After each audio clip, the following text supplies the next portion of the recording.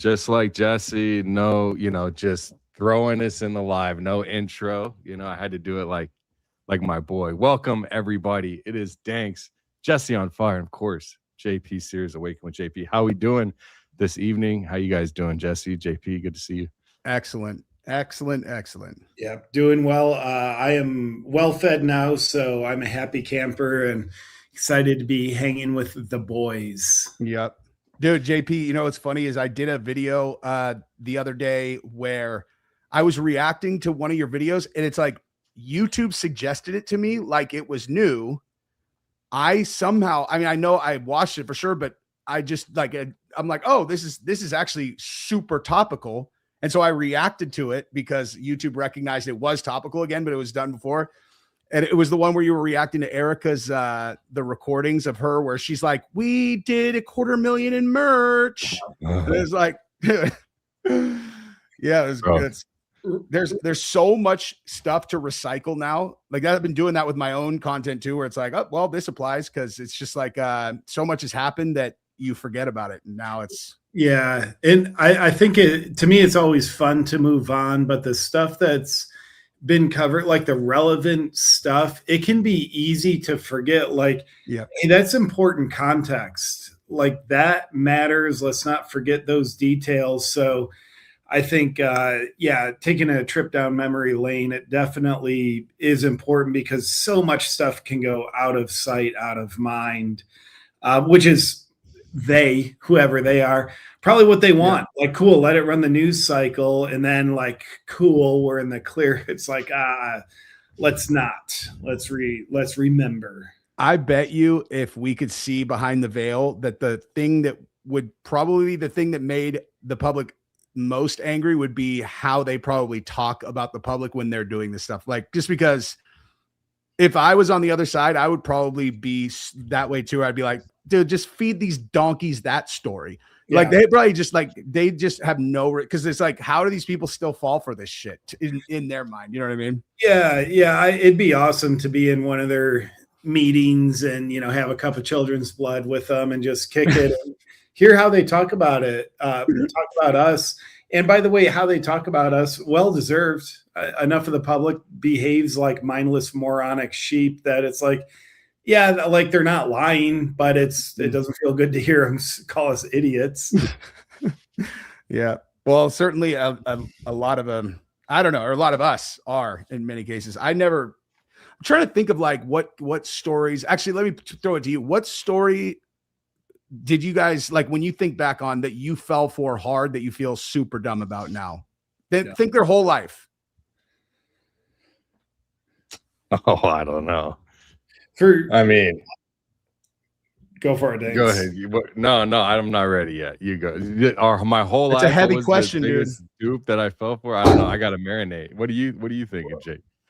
Dude, he just had a monster knocking to his house. A hawk legitly just flew into my window. What? That's not a bad omen. Gosh. But this is I'll try to like Lindsey Graham or no, I'm just it wasn't. It didn't have gay AIDS. It just looked like a healthy bird. Yeah. I didn't know AIDS had it hadn't kidnapped some other bird's baby and it was carrying it around while it flew. Yeah, it wasn't on its way to Disney World or hell. So the biggest thing that I fell for was like guns are bad. And like that, I know that's not a story, that's an issue, but man, back in 2016, I made a video making fun of gun owners who talk about gun rights and like we need them to protect ourselves against a tyrannical government. And then probably 4 years ago at this point, I made a video like reacting to that old video of mine. I wanted to own it, but share with people why I changed my mind. So that's certainly a huge one. Well, y'all throw yourselves under the bus. I'll try to think of like a specific story.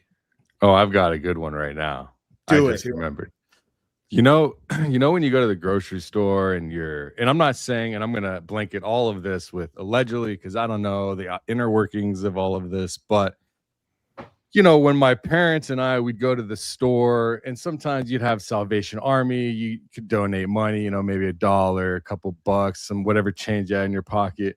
Yeah. But then it goes to when you're checking out, they want you to donate, and then with your change, you want to round up. It's like, that was all cool until I realized that almost all of these nonprofits are just scams, you know.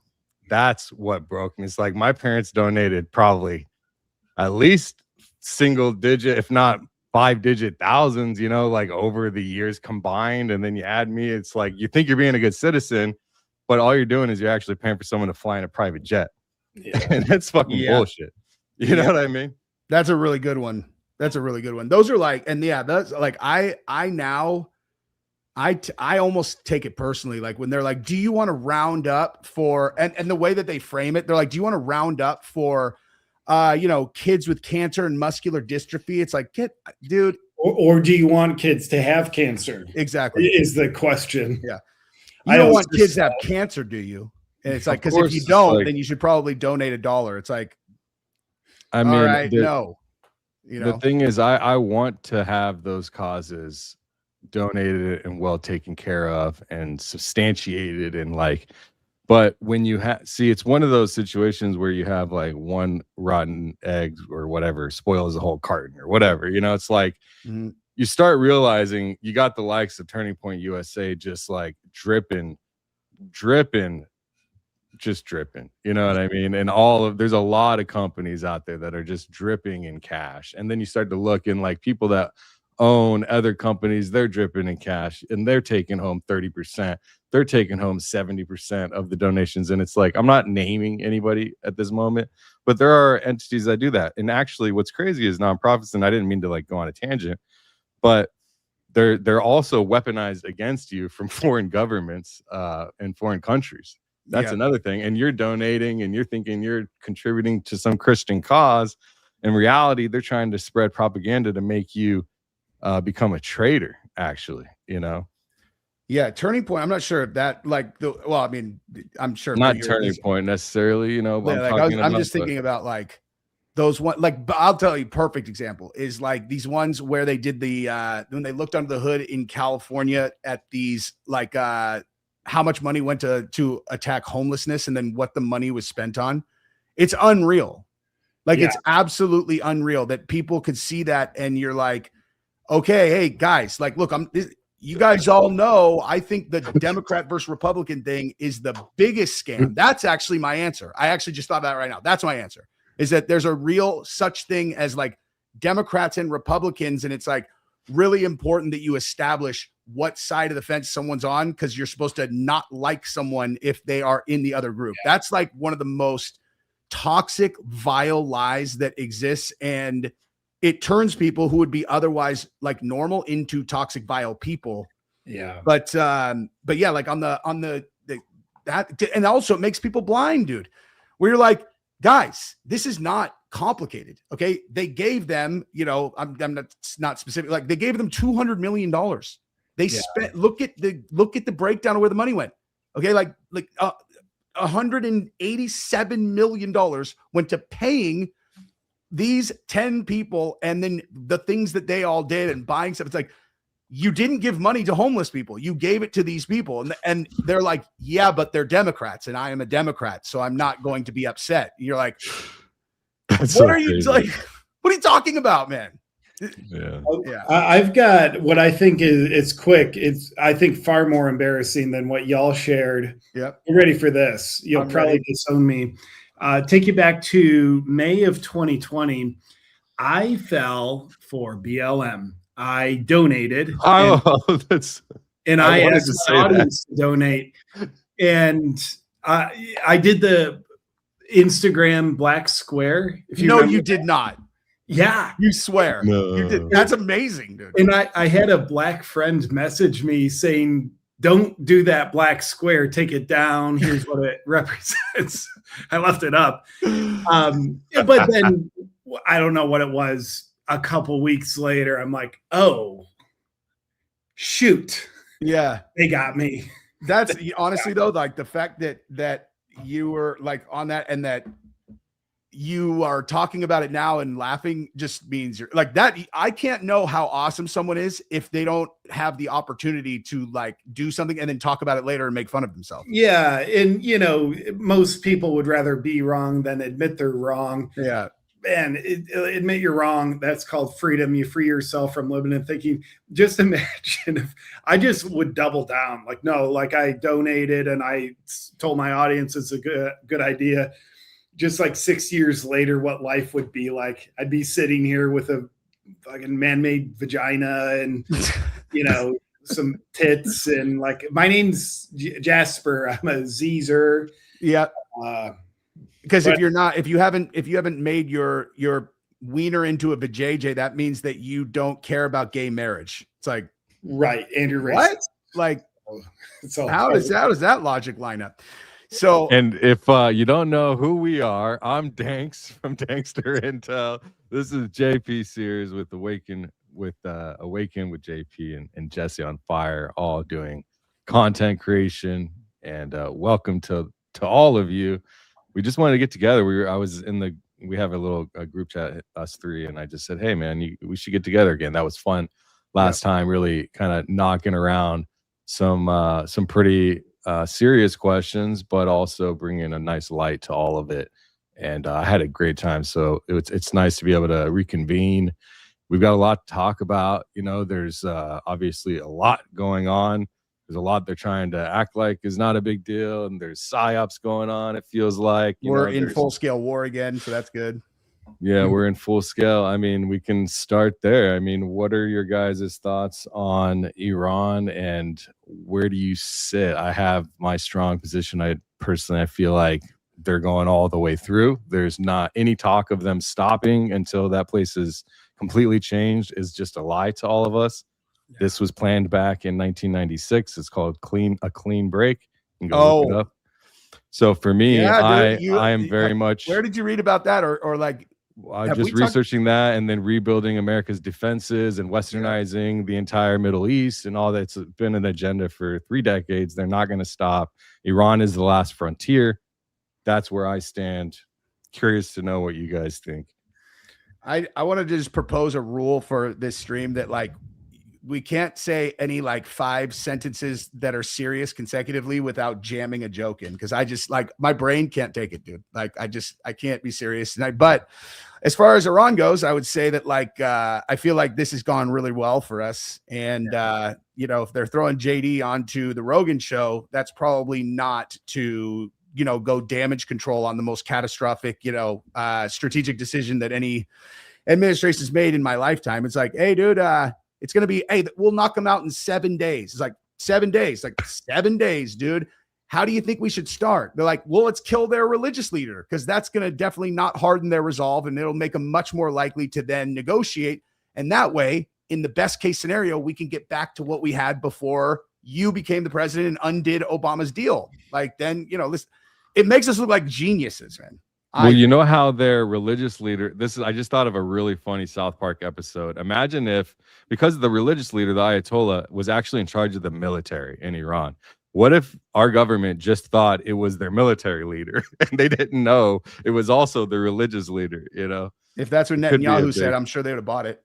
You know, it's like, but it's actually brilliant on Iran's side to have your religious leader be in charge of your military, because then you kill the religious leader, you've got more than one entity that you've taken out. The religious head of Islam, I guess. You know, I don't know the culture, or the religion well enough to state, but apparently heavily, I guess he is I don't know. Anyways, then you've got the military leader, and then you've got the person. So that's like 3 entities in one that you've got people to feel sorrow about over just one. You know what I mean? And they're also positions of power, you know, 2 of some of the most prominent positions of power. So it's a brilliant position to have in my eyes as a religious leader and military leader, because then it makes you much harder to take out, because then you see what you get is what we have right now. How anxious do you think his people will be to say no to a command too? That he's like, hey, why don't you go blow up that building? They're like, am I saying no to just you or God also? It's like, I don't know. Think about it, dude. And I wonder if that person really draws lines of distinction with his psyche. I mean, is he really that moral? Yeah, the latest total I saw was Trump legitimately announced peace or a peace deal 39 times in this whole thing. And I was shocked at how many people took the latest peace deal announcement a couple of weeks ago at this point with the MOU, people using that term like people know what that actually means. Now we kind of do, but I learned from Nate. Memorandum of Understanding. Yeah. I was shocked. So many people are like, well, the boy has cried wolf a lot, but here we are, back to, we're just doing war. My original position of like, damn it, it really seems like we're just doing this for Israel, or at least in too large a part for Israel. That's still my primary concern. However, I will, by the way, it seems like each day, like we're getting at least an inch closer to nuclear war. That's a concern. I'll throw something new, just playing devil's advocate to probably how we all feel about the Iran war. I was together with a friend yesterday. He's high up in the Army, lots of experience, like decades of experience. So he knows things. He has a perspective of geopolitics that I don't. He's been in hell on earth plenty of times. So I asked him, like, Iran war, what do you think? And he didn't mince words. He said, it's completely effed. Like, I mean, it's a poop show. He said, the good thing, and I didn't have this understanding, he said, Iran legitimately had stockpiled so many of these military drones. They're super cheap, $20,000 each, that if we didn't get in now and therefore have them exhaust a fair bit of their drone supply on us, and I'm sure through us bombing them, he said, in the future, if we needed to invade Iran or they're starting to be offensive towards us, they would have been impenetrable.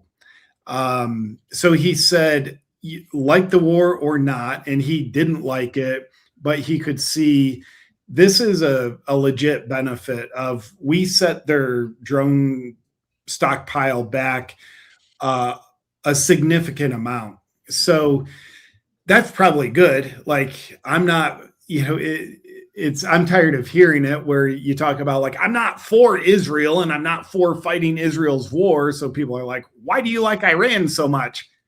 I don't. Yeah. I fear Iran, not necessarily to the point where I think we should invade them or should have. But anyway, that I always appreciate hearing things that make sense that do not confirm my bias. So I really appreciated hearing him talk about like that's been a legitimate benefit of our involvement there. Jesse, are you bleeding? Yeah, it looks like it. On the back of your neck. I thought it was like a the tattoo. cat might have done it to me, dude. The chat is going crazy, and I thought it was just like some. They saw right before when I came in. I grabbed the cat, and the cat went crazy. Like that's crazy. Did you just take your blood oath, pledge your soul? Hey, yeah. Hey. Let me tell you about why I do love the Iran war. I love it. All right, you can email your contract over to me. That's wild. I didn't think he got me. I didn't think she got me that bad. It kept growing slightly. Normally, I would be at jiu-jitsu right now, and then you find out you're bleeding, anyway. This is a guy who live streams so hard he bleeds. Bro. Just pouring myself into these streams to the point that I'm bleeding. Yeah. Danks, I don't know, but I haven't gotten any injuries from this live stream. I don't know. Have you? Maybe we're not trying hard enough. I only have an torso and up. I lost everything below. I'm double amputee from live streams. Yes. Just no, I'm kidding. No injuries just yet. I do want to see the clips. You guys are talking about something with JD Vance and some stuff. There's a lot of them. Do you have anything? If you want to pull up, I'll read a couple. I have the ones queued up that I was gonna cover when I do the video, but I haven't even watched them yet. If you want to pull them up, yeah. Here, I'll just share. You know what it is. I haven't seen it. Jesse wanted to. This is Lori Brown Causey for $10 says Jesse wanted to be the first, so you could see. Check email. Charlie Kirk went to China to buy TikTok. Also, Tyler Robinson and Nick Shirley are cousins. What I heard people talking about this today, and I'll look into it. But like, what I've noticed is since the trial, they've been flooding social media with all of this kind of stuff. Like, it's like, you know, did you know that, like, you know, Erica Kirk's brother is actually the one who's on the UVU campus? And it's like, did you see this person? You know, Lance Twiggs is actually a body double of like Kirk Douglas, which means, you know, it's like all. What's the purpose of that? What do you? It's got to be deployed. Did you see what Barron said in the but what Barron said last night was he's saying that it's a tactic, and they intentionally flood the market with misinformation, and so it keeps like smart people who are good investigators investigating bullshit instead of real, and then also it poisons the well to where, if someone bites on a bad story that they can disprove later, then the next time they come out, you know, and it's like, hey, I traced this back to this guy. They're all, hey, aren't you the guy that said Erica's brother did it, idiot? So it's like, it's really smart. Yeah, like really smart. Now I don't know that if whether Robinson and Nick Shirley are cousins or whatever. They're not. It's been thoroughly debunked. Oh, really? Okay. Oh, really? Okay. A couple months ago, it was debunked, and then I saw Baron Coleman just retweeted his old tweet because that's been recirculating. So it's a bunch of stuff that's been recirculating. It'd be more fun, but they're not. Yeah.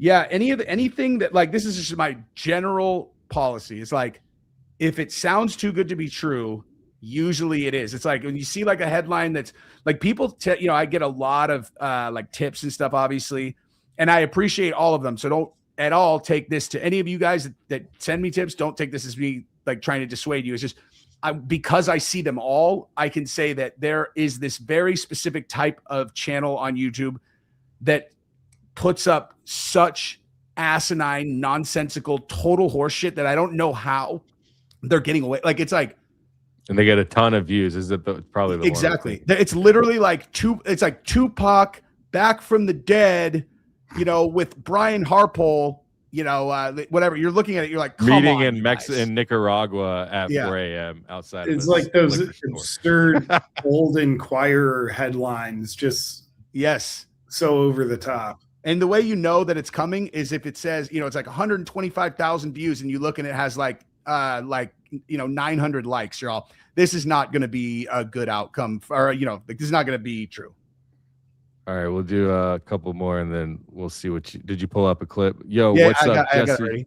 All right, cool. The Thin Blue Line, $9.99. Yo, what up, Jesse? You got some heavy hitters on with you tonight, boy. Yes, sir. You've been going live past my bedtime. Glad I can catch this one. It's because Candace is such a beast. Candace and Barron back to back, dude. He's live right now. Yeah.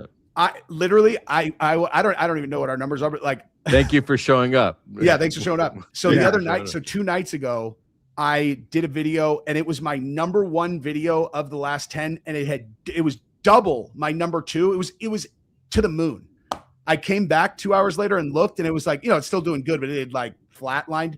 And I looked at the exact moment that it flatlined. It's the exact moment that Candace's show started. It's like they're just like they're monsters. Those two, dude. I know. Barron's on the top 25 in Spotify now. I know, he's killing it. I remember when he crossed top 50. Yeah, man. Well, he's been on the scene for just a couple months, or am I just imagining? No, longer than that, but he about since around the Charlie Kirk, you know, that's when he started doing this. So less than a year. Well, he has been doing this stuff for a long time. He's been in commentary and like doing talk radio and local news and stuff like that on talk radio, I believe. Don't quote me, local news. No, that's correct. I don't know about local, but he was on radio for like a very long time. Radio. However he did, he was on radio for a long time. He's a professional. And he's clearly great on camera. Yeah. Clearly, he's a professional. Thank you to Oliver's Pavilion for the $5.50 dono, and then JP, you rock, longtime subscriber. Love you, man. Mr. Right on. Rose. Thank you, Mr. Rose. JP has the best skit comedy channel on YouTube for 100% sure. And I've been saying the same thing for 5-6 years. Thank you, Jesse. You are welcome. And I mean that 100%. It's fucking hilarious, dude. Got another one from Mr. Rose. Jesse doesn't look so buff now that JP is here. Oh, shots fired. Mr. Rose, this man knows some things. That cuts so deep, dude. So deep that you're bleeding again, bro. I know. Yeah. Dude. All right, one last one. Death Queef 69, $2. Please thank JP for his service. Right. A real patriot. Death Queef, dude. Thank you, JP. All right, let's see what he's been dying to show us here. What we got. mean, I haven't even watched it yet, but no, I'm kidding. I've been dying to see it. All right. Okay, here we go. I definitely think you have seen this very discreet, extremely well-funded campaign to try to derail the negotiation and try to derail the deal. Yeah. And, there's this Time article that came out yesterday. A friend sent it to me.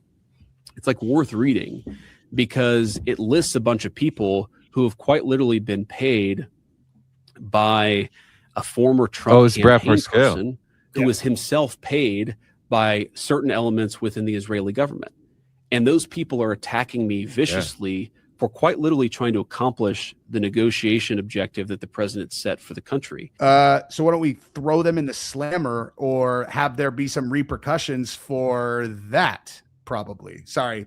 Be great. So no, what man, is their position? Like, are there? What's that? No, I believe it's true. You're taking money to push a foreign country's agenda, bro. That is.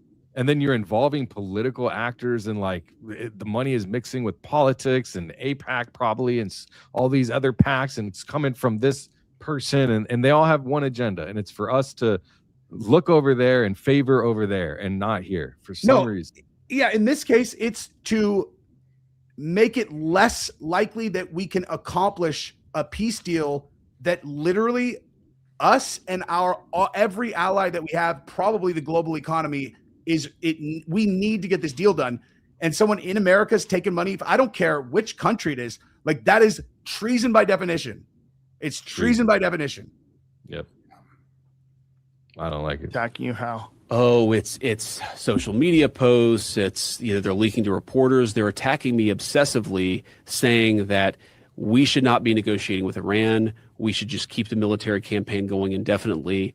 And that is their explicit position. Hey, how many of them are going to go fight or send one of their kids to fight or know anyone who might potentially get killed or face any serious repercussions in the event that we are unable to get the deal done, the economy collapses? Hey, are you going to be affected by that? They're all, I am worth, $150 million low. That's like low side of their crew.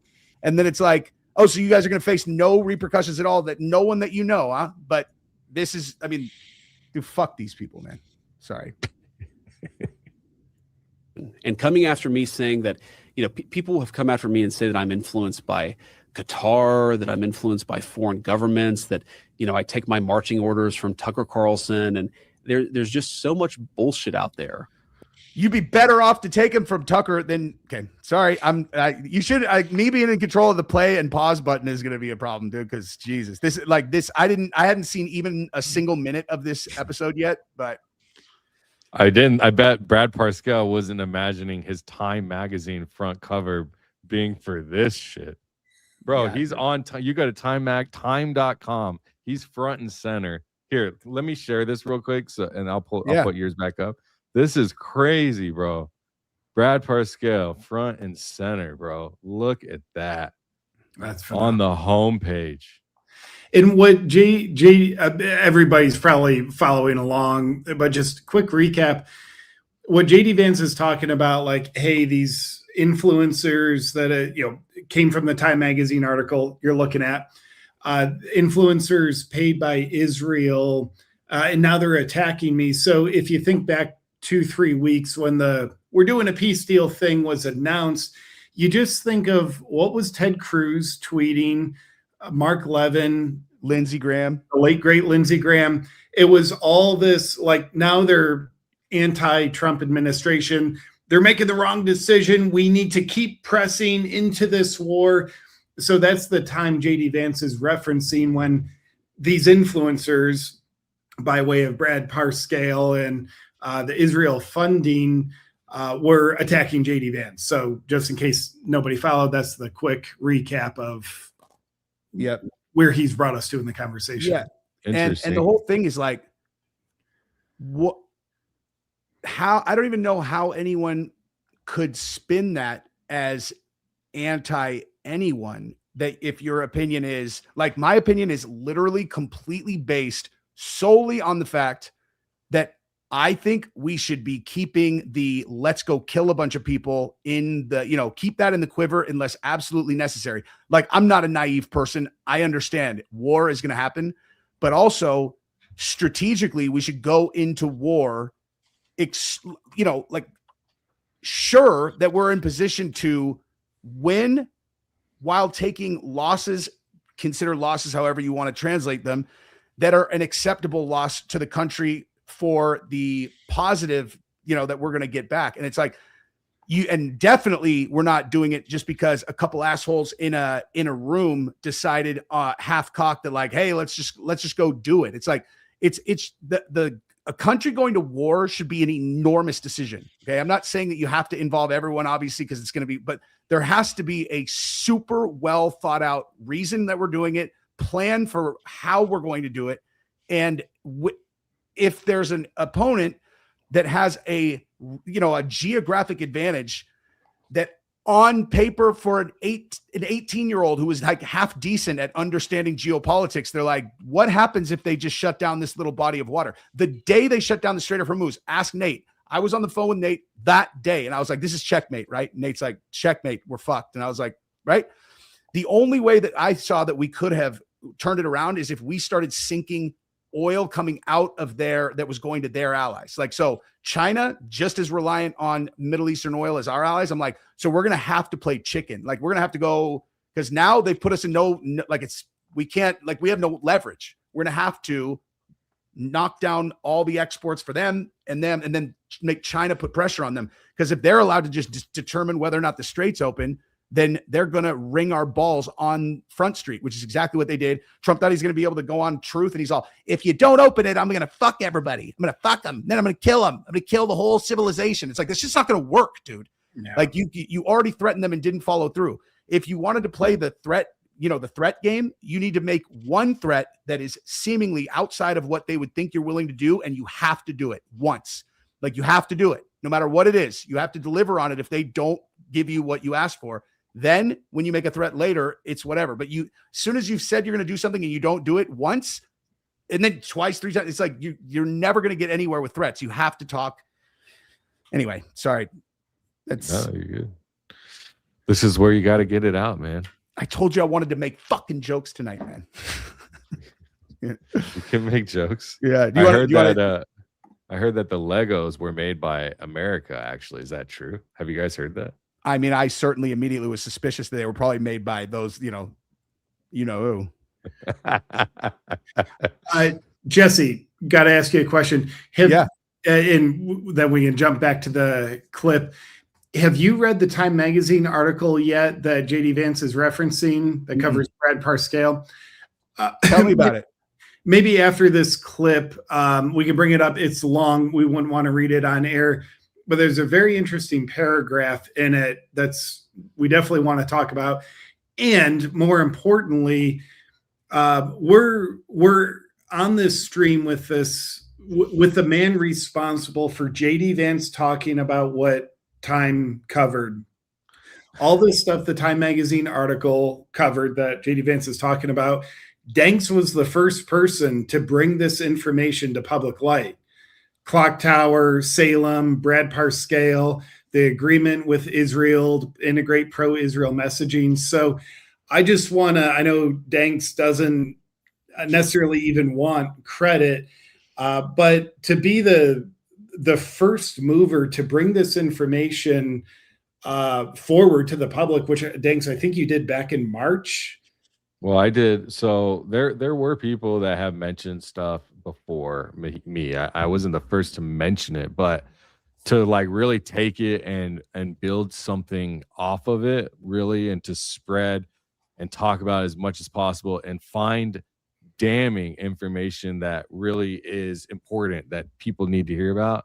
I feel like I did that, where I can say like, hey, I was really the first one in the arena out here, like really spreading this information, building websites to explain what is going on, who's taking money, where the money is going, all the FARA documents showing you like this is what it is, this is who signed it, where the money came from, how much, what the mission is for that they're signing, what country is delivering the money, all of that stuff nobody had ever really built before, or done, or really explained to people that the president's family owns portions of a company that's being run by someone who's a foreign agent to a foreign government. That was Yeah, the first it's like- I had heard of it, is when your stuff first went out, where Tucker retweeted you and everybody retweeted it. That was the first time I had heard it, like about Salem and all that stuff. It was, I mean, yeah, we talked a lot that week. That was Dude, crazy. that was bananas, man. That was, I yeah, didn't that was even crazy. really understand what I had found. You were helping me understand that, because like it was a lot to digest. And for me, it was really, it's just I think it's just the money game. I think they're all money hungry. The ones with the fattest pockets are just feeding them incomprehensible amounts of money for what to them might feel like small favors, but to American people are huge impacts. And I think that's the misalignment, is like, if you had me, if you stood here and Donald Trump was over there, our alignment is off because they don't feel the same way about their decisions. They don't realize how it affects us, because it doesn't affect them in the ways that it does us. So, I don't know if they even realize that they're betraying like the trust of people. I don't know if they even see it that way. It's kind of, I mean, if they don't, then they are blinded by their own incentives, because it's not complicated.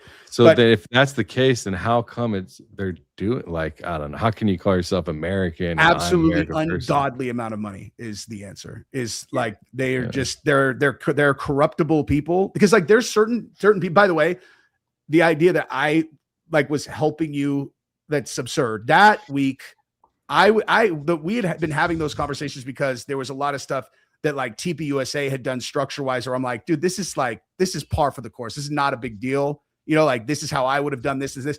Then you showed me this one. And then when you explained to me exactly how this worked, I was like, oh, then, then I like, but I didn't understand how big of a deal it was until you kind of ran me through it. But the, and how far it goes, and yeah. how wide the net throws, Yeah. Because I get like exactly what I was saying about the TPUSA. It's like, I look at these things and go, I mean, listen, if I was running TPUSA, I got $100 million coming in and we have to hire a social media company to do this, and that. We're spending $2.5 million. It's like the idea that I would not come up with, well, why don't you start the social media company and then we'll pay ourselves $2.5 million and we'll do a better job than whoever. I mean, like I would have done that for sure.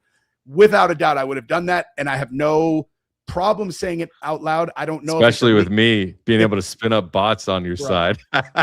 We come crush on, it.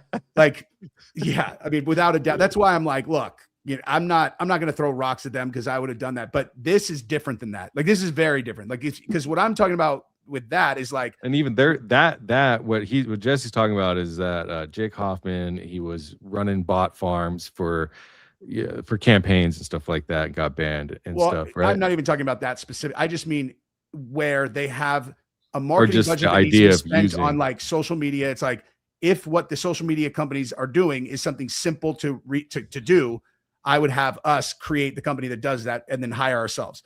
Because at the end of the day, it's like the same outcome, but we'll do the work and we'll, deliver. But like that to me is not corruption. That's just smart. It might end up being illegal, in which case I would reconsider whether I do it, or I'm just kidding. No, I just wouldn't do it. But in the other side, where you're like, okay, so we're going to take this money where they're going to buy our media company, and then we'll make all of our decisions in the top leadership in the entire country to favor this other group. It's like, that's a level of betrayal that I cannot see myself ever even considering that deal ever. Like where it's then they put it on some of the most honest, good, giving people, Christian Americans. Yep. And then you weaponize their religion and the words that are being told to them.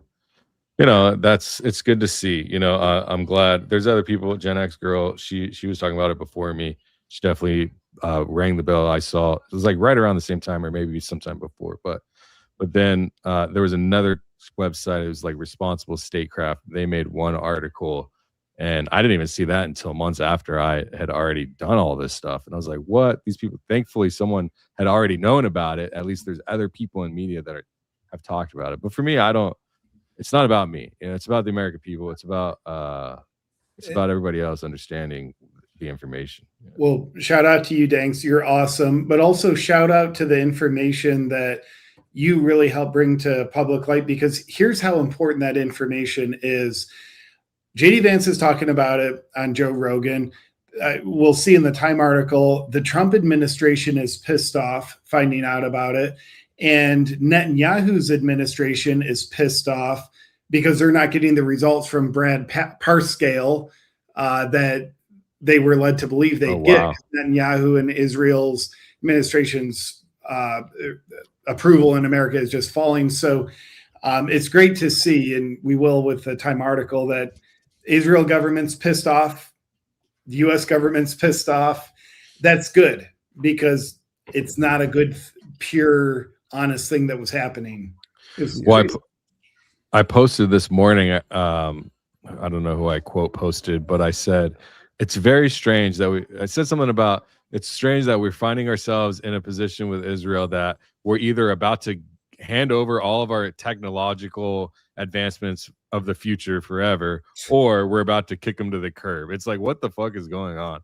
You know, it's very strange. What's really crazy about, and I heard that the Democrats blocked the military merger or something, but the one thing did they block it fully? I mean, I don't know. That's I one of my buddies texted me that, but I haven't verified it. It was literally like an hour ago. But the thing about that merger, when they're talking about specifically what the merger is going to encompass, when they're talking about military technology, okay, what they're like, oh, you know, we're going to share the insights. What they're talking about, of course, is AI, and the future of military is going to change so it'll be, the military will be unrecognizable in 25 years in ways that we can't even visualize based on AI. And especially given the fact that in the current conflict, what everybody's learning is this idea of big, heavy bombs, big, heavy missile delivery systems. Like, that is being phased out in favor of cheap, agile ways to attack surgically. And when you think about that and how cheap those things are to move, and then you start thinking through the fact that artificial intelligence is going to be behind all of this stuff, and that's what we're going to be sharing with, and I forget about is just any other country that's not us, because there's going to be a world where you're not going to need a large standing army at all anymore. It's not going to matter how many citizens you have in your country, because the soldiers, if you still need them, are going to be AI Tesla bots, you know, like there's going to, and that's like the dumbbell version of even, you know, imagining it. We're not even going to be able to even think about the ways that those are going to be, you know, that's going to be applied in a military sense. And so giving that to them it's crazy. Like, why would we give someone else that's not us the power to wage war anywhere with technology that's ours? You know what I mean? Well, great question. And I don't think we are, as in we the people are. I think it's them giving it to themselves. Yeah. Thus, our government is legitimately occupied with Israeli interests. Our influencer class is legitimately occupied with Israeli interests to help garner the support for the occupied government. So, you know, it's a fair question. And the obvious answer is we wouldn't do it. Don't make the mistake, and I need to tell myself this, don't make the mistake of believing we are doing that. We're not. Israel has occupied us, so Israel can give it to Israel under the illusion that America is giving it to Israel. That is insightful and exactly correct. I agree 100%. Yeah, I agree too. And it's all right, here, let's see the rest of what he says here. And what I'm actually trying to do is accomplish what the President of the United States told me to accomplish, which is a settlement of this that accomplishes our objectives. Iran doesn't have a nuclear weapon. We have the free flow of oil and gas. And like, I should be clear, you know, like, I don't actually mind. I don't mind that the, you know, let's say certain elements of the Israeli government want to criticize the deal or have disagreements about the deal. I don't even mind an effort to try to influence, you know, foreign governments try to influence the United States all the time. You know, Israel does it, other countries do it. It's just sort of the nature of the beast. What bothers me is actually when Americans allow, meaning American leadership, allows that influence to affect their judgment. That actually is a great distinction, because I saw a lot of people quoting just the beginning of that quote. I hadn't seen it yet. And they were like, JD says he doesn't even have a problem with Israel trying to influence the American government. And then that's it. And where he's like, I don't care if they try to influence us because everyone is trying to influence, but I have a problem if Americans allow them to influence their decision-making and prioritize what they want over the American people. Because obviously that's, it's a very sharp distinction. Yeah, obviously the most important distinction. You're just talking about taking favors. It's the What's whole lobbying. It's all the lobbying Exactly. shit. 100%. That, and then also, see, what's interesting is they figured out that lobbying works, and so now they're using it in all these different industries, you know, and it kind of, you know, either that or I don't know the history of lobbying. Actually, it'd be interesting to do a deep dive live stream on the history of lobbying. But however that fulfilled, it's all the way in every industry, from farming to this AI stuff to everything, all the way up to the White House. So money for favors, this is gotta go. In politics, it's gotta go. I don't see a future where that can continue. And that's not the future our founding fathers saw. I'll guarantee you that. Yeah. And the tough part about that is that structurally, in terms of how things get done now, there's not a single person who has actual power and the ability to influence what gets through who is not benefiting from the current paradigm. So there is no scenario where we're going to be able to get rid of it absent a path that I wouldn't ever even discuss, really. You know what I mean? It's like, we basically like I don't see there being a world where our system now that could happen unless someone like maybe Tucker got elected, and then like over a matter of a certain number of years, you got all these people in that weren't. It's just, I don't know. I can't. That's the thing, is you have to pathway there, you know, and the whole thing has got to wash out and it's got to be rebuilt, you know. And I don't even know if the system we have, like, I think that because we've had all of this technological advancement and the AI and stuff, I believe that they keep trying to find these reasons to change what was built on this country, right? The Constitution, all of our founding documents. And the problem with, and I was talking about this with, I think, my daughter today. It's like, if it's not broke, don't fix it. But they keep trying to fix things to live in this world that they believe is supposed to suit whatever their make-believe world looks like over a certain amount of years with a certain amount of money they put behind it. The problem is this country was not built for that world. It was built for people who wanted to live and leave other people alone and not get involved in other people's business and not tell people what to do and not rule over people and not live the way that we are today. If you look at the history of what tyranny is, if you look at the legal definition for the United States government, like what the government would say is tyranny, we are operating in a portionally tyrannical government right now. Yeah.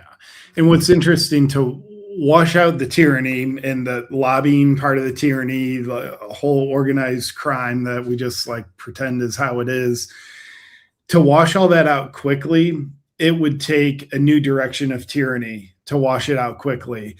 And like, we got to be principled. We can't support that. But I did hear someone, I forgot who it was. It was like a kind of, Jesse, maybe you were alluding to this, but to root out corruption in a government, you basically have to, I'm not advocating this, Spencer, you have to off everybody in the government.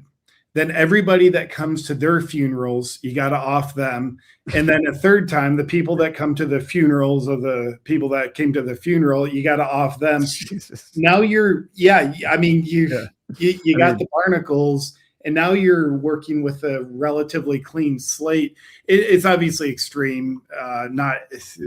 We're not supporting that in any way. You're just talking in a hypothetical. But that and it makes sense. Like that actually does make sense. And it shows how deep the corruption is, because there's, the the corrupt people, then there's people waiting to take those corrupt people's positions of power. Slowly they die off. So yeah, dude, what the only way that I could think of that would be non-violent, because what I was saying was basically the current system would have to be overthrown somehow, but which I would never advocate for it. I would never participate in under any. I'm never participating in anything violent or anything like that puts my ability to take care of my family long term at risk. But the one thing that I could think about potentially changing the system that is actually a plausible scenario is if someone who wanted to change the world is in a position to of artificial intelligence, and they were going to inject AI into, they basically have to Trojan horse our entire global system in a way where people who you would basically have to put your faith in one big centralized power that could be AI, or maybe it'd be a person or whatever, but it would be if you do corruption, they just turn off your ability to operate or what, you know what I mean? I don't know, some way that's not shoot them, but it would be repercussions. Yeah, you just have to you'd have to turn off the whole financial system. I mean, everything would have to be complete. I mean, I don't know if we go that far. In theory, if our justice system worked, it would be that. Cool, you did corruption. Guess what? There's accountability. Yeah. We're going to find it. We're going to investigate you, due process. You've been held accountable. That's the example. And it's not like one guy out of 1,000 we're doing. It's no, most of the time, if you're doing corruption, the rule is you're going to get caught. Rare exception, someone gets away. Yeah. So and you were getting killed, or your hand was getting cut off or some shit. Yeah, hung for treason. Yeah. So in theory, that's in place. In reality, it's not, because. And I don't want that, but there were harsh punishments for all of these things we're seeing.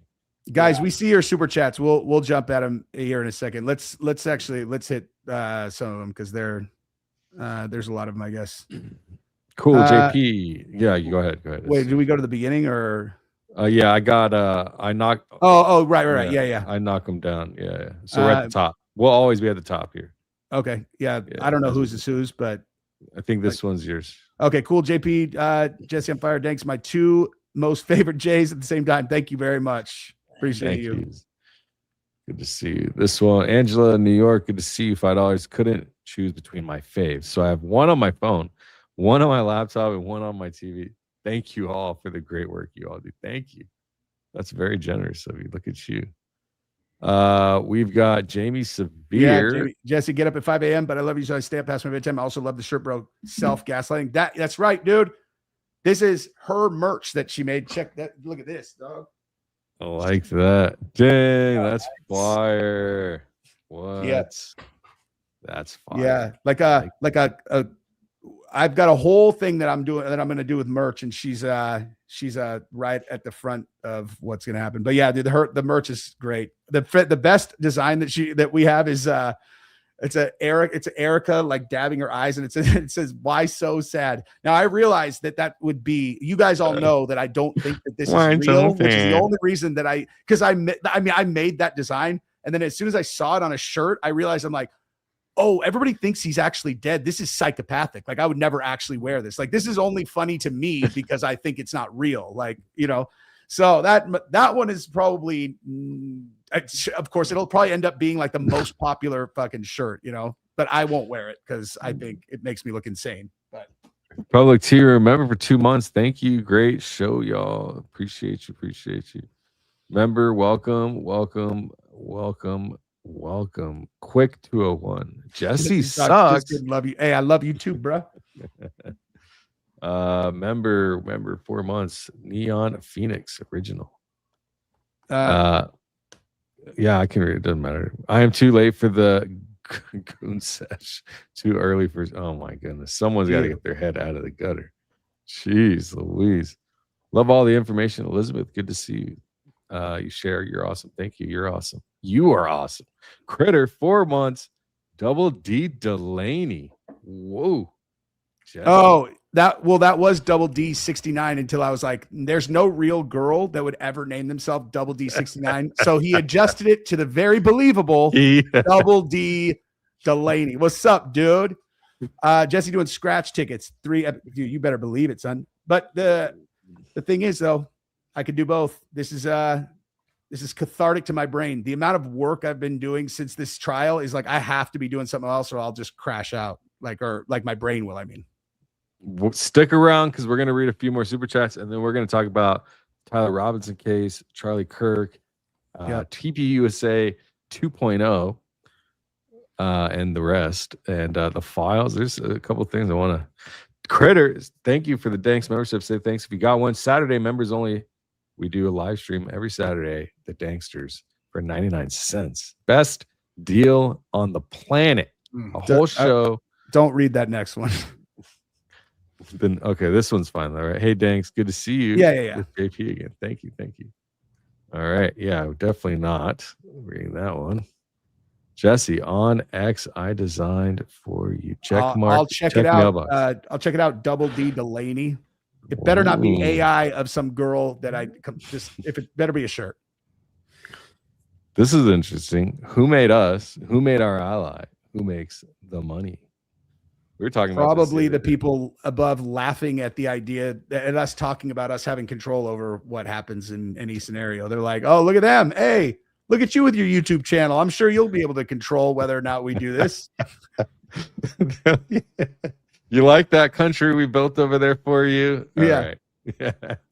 Yeah. I mean, starts with Roth and ends in Childs, I think is a big part of that. I don't know. Maybe.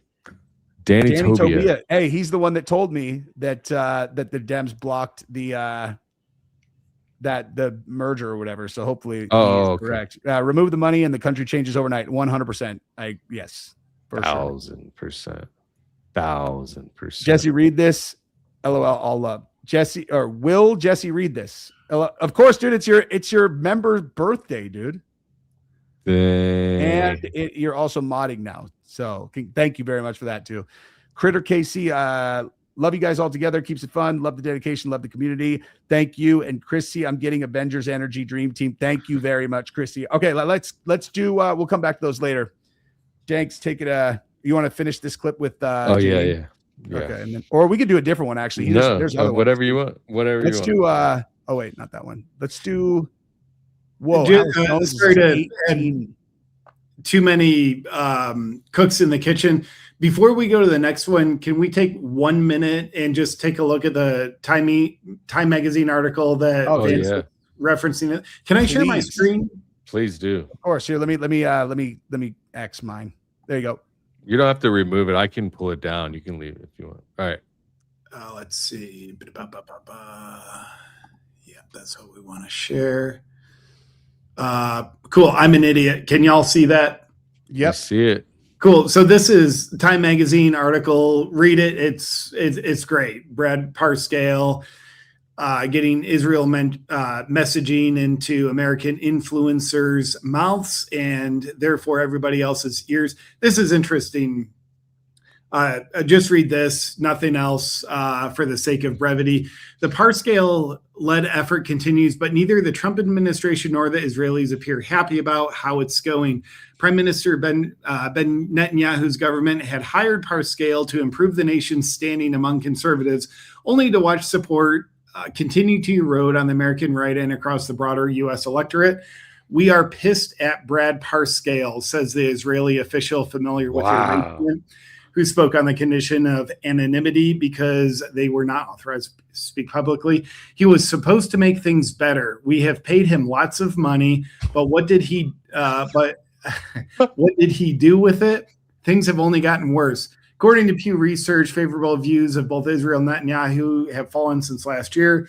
Only 32% of Americans now view the Israeli government favorably, the lowest level in decades.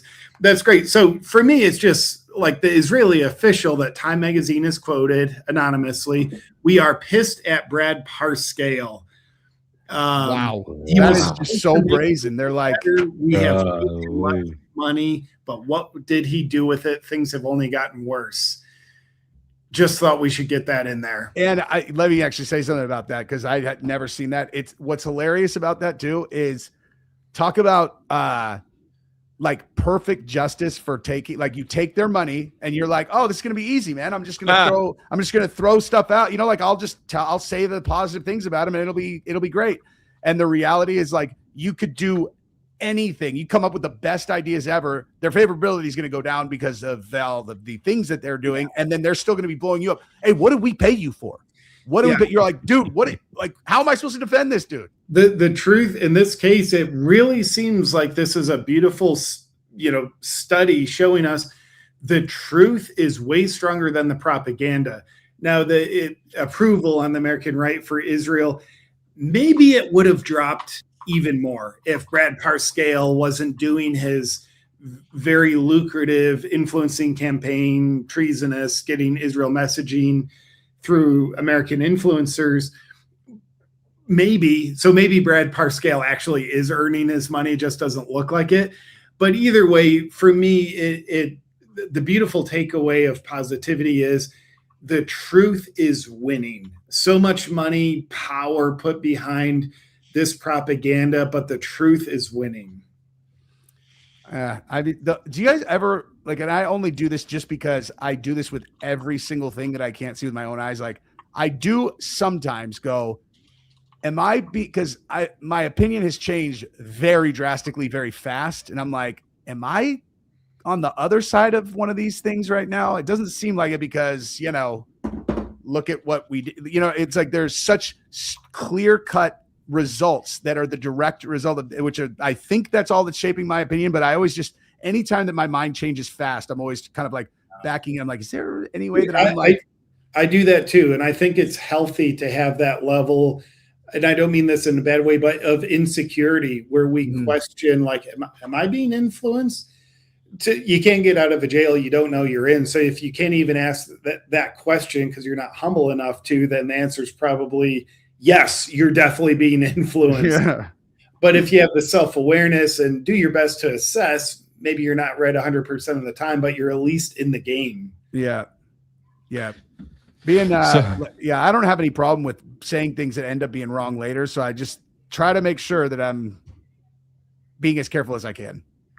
Hey, I wanted to ask you about this because I was getting into jujitsu and stuff, and I wanted to ask you about this move. I'd never seen this move before. And he just pulls up a gay porn clip. He's like, is this jujitsu? Yes, actually, it probably is. It is, dude. It's gonna be no, it's not gonna be that. It's this right here. It's oh yeah, that's completely that is a totally real jiu-jitsu move. Right up until he grabbed the money. Just so had to end it on a joke. We're all jokesters here, right?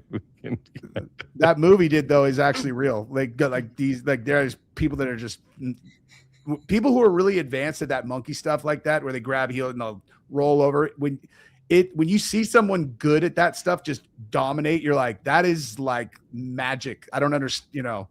Mine is just so rudimentary. I'm just like, I'm gonna put my head underneath their chin and crush it so they can't move, and then I'm gonna grab their wrist and I'm gonna just break it. It's like there's nothing fluid like that in what I do because I'm not fluid. Jesse, I want you to know because I love you. Nobody cares. Danks was just trying to make a joke. We understand, like, cool, jiu-jitsu's awesome. We just he didn't like that very much. Man. I don't know if he liked it. I love it. I can tell. Dude, I was supposed to go tonight. I actually didn't go because of this stream because I wasn't going to make it. Jack Cyback, he is great. He is a truth teller. Dude. Speaking of American Patriots. Do you know what I found today of him I literally was going to do a video about this. It's a clip of him from 2016 where he's talking about Pizzagate. And he's like, he's like, yeah, he's like all in on Pizzagate. And then they show him now, and he's now saying literally the exact opposite. The guy is so captured. Yeah. Have you guys seen this video of him? Then what he said in this regarding what? Yep. I did a video about it. Epstein? Yep. Can you let us know in the chat? Have you seen this Jack Posobiec clip of when he came out of the courthouse on, what was this, day 4? I believe day 4 or 5. Let us know, just yes or no. Yes or no. We'll see the yeses and nos. I mean, Jack Posobiec, I mean, I can't believe that they are going to take what people have seen with their own eyes and try to tell us all something else. Like, this is the biggest psyopy type of situation. I'm looking to see in the chat. Some say yes, some say no. But if you've heard about all these people talking recently about these people inside the courtroom that are favoring TPUSA and saying that there's a very clear 4K high definition footage of obviously Tyler Robinson taking a shot at Charlie Kirk. You can see it. You jump. I jumped. I was, the dramatizing all of it. It's just not true, and it's kind of wild. It's not true, and all you have to do to ask yourself the likelihood of it being true is why, if they had a videotape that was very clear and very, convincing, why would they only show that to people in the court when they're like, why would you choose to televise the trial or the pre-trial hearing because you want to give the public transparency, and then you're all, but as it relates to the evidence that would give you actual transparency, we're only going to show that to the 3 assholes that are in the courtroom. It's so dumb. It makes no sense at all. And as a result of those girls being there and calling them out, they're now exposed as all it was it's the same video as everybody's seen except zoomed in on that little, non-HD blob. And it's just to put on the show here. I'm going to go ahead and play it because he literally puts an emotional show on, which is just wild to see. I think everything's been proven. I think it's proven. It's, I would say, beyond probable cause at this point. I think that the question for me is how do you even get reasonable doubt when there's so much evidence? But the thing that I do just have to say is that I know that you guys watching on live stream couldn't see the last video that was shown. That's where they're trying to take advantage of, is that we didn't see it streamed out because the judge decided not to show any more evidence because they fucking showed stuff they weren't supposed to. And then they're using that. They're really trying to use that against us. Fortunately, we had people, when I say we, all of us, you watching us and friends of ours, Jesse and I, and even JP, I'm sure knows some of the people that were there. There's a lot of people there on the ground. And fortunately for the decentralized investigation of the Charlie Kirk murder, we have people that we can trust on the ground with eyes and ears that report back. So we're not just listening to this asshole, this schmuck, tell us what he saw and that we have to take it as word. We actually have truth. Yep. And what I was talking about too in the video where I covered it was when you watch him describe it to Megyn Kelly, it's he tipped his hand on a thing. This is like one of those, I don't know, like kind of trade secrets that I've never told anybody about this prior. It's just one of those like things that I've always known. It's like, if I'm trying to figure out if someone's lying, this is usually a really big giveaway. And he did it so overtly that I was like, okay, I'm just going to tell everybody this, because if someone is being asked a question like this and they're lying, right? A lot of time, if it's like a smart person, if they're a smart person, they generally are used to knowing what they're talking about when they're speaking. And so if they're lying, that's the opposite of knowing what you're talking about. And so they'll feel uncomfortable while they're doing it. And so they will navigate the conversation into something that they definitely do know about, which is not exactly connected to the answer. And they'll accidentally talk too much over there. Then they'll come back to the lie. So and he did that so overtly where he's like, and as you know, Megan, the reason you go into the prone position and the reason why you hold the line is so that you can, reduce the recoil of the rifle shot. It's like the question was whether you could see him take the shot. It's like, you know what I mean? That's the exact example of what I'm talking about. It's a dead giveaway almost every single time. And that's even, after knowing that it's completely illogical that they would have not shown it. Plus, the person testified that they did not have him taking the shot on video on day one. You know what I mean? I think it's great that we have a new crop of useful idiots that we can recognize, because back during COVID, it's like, cool, they're on the news, but now like they're some of the people that we used to listen to a couple of years ago and trust, and they've been captured. So, Jack Posobiec, Andrew Colvett, like they happen to be in lockstep on everything, both tweeting out after the Correspondents' Dinner shooting a couple months ago. This shows we need a ballroom. Cool. Thanks for identifying yourself. And now we see you still being a useful idiot. But yeah, I think the Benny Johnsons, like, I'm not really sugarcoating, I'm just naming names. But man, like these people, I just get angry. They should be ashamed of themselves. And they're so stupid, because once they're done being a useful idiot for the Trump admin, they're narrative protectors now, these low-life, soulless people. Like, cool, loyalty to Trump. They're getting paid in recognition, maybe money, but there's something more to it. They get access to the king.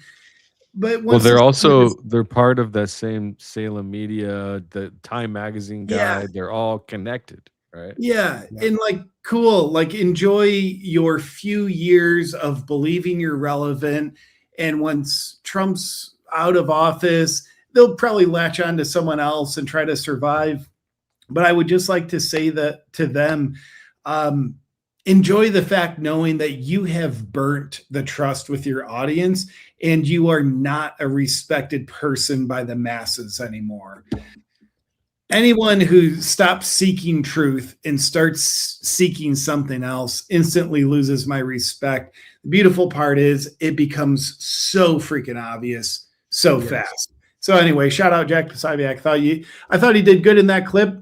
He's obviously had acting lessons from Erica Kirk's emotional coach, who takes things too far. But Jack like held it like, within the guard. I haven't even. It was pretty good. I'll play a little bit more. I want to see the Megyn Kelly clip, because I haven't seen it. I have a timestamp for that. I'll pull up after this. Let's see how emotional he gets. This is wild to see. He is pretty good. Well, it wasn't edited. It was zoomed in. I'm gonna run to the bathroom. I'll be back in 2 seconds. Yeah. The surveillance video off campus, and specifically the part of the Losi Center, the roof, and right there. Ooh. You see everything. You see everything. Oh my goodness. He climbs over. He assembles the gun. He runs over to the edge. Gets down in a prone position, and you see the time, and we all know the time. Danks, I take back what I said. He did good on the emotional coaching. The first part of the clip, it's like, all right, you're doing Erica Kirk. Like, that does not look genuine whatsoever. If it was like, dude, I'm sorry, it sure as hell does not look genuine. Go back to acting school.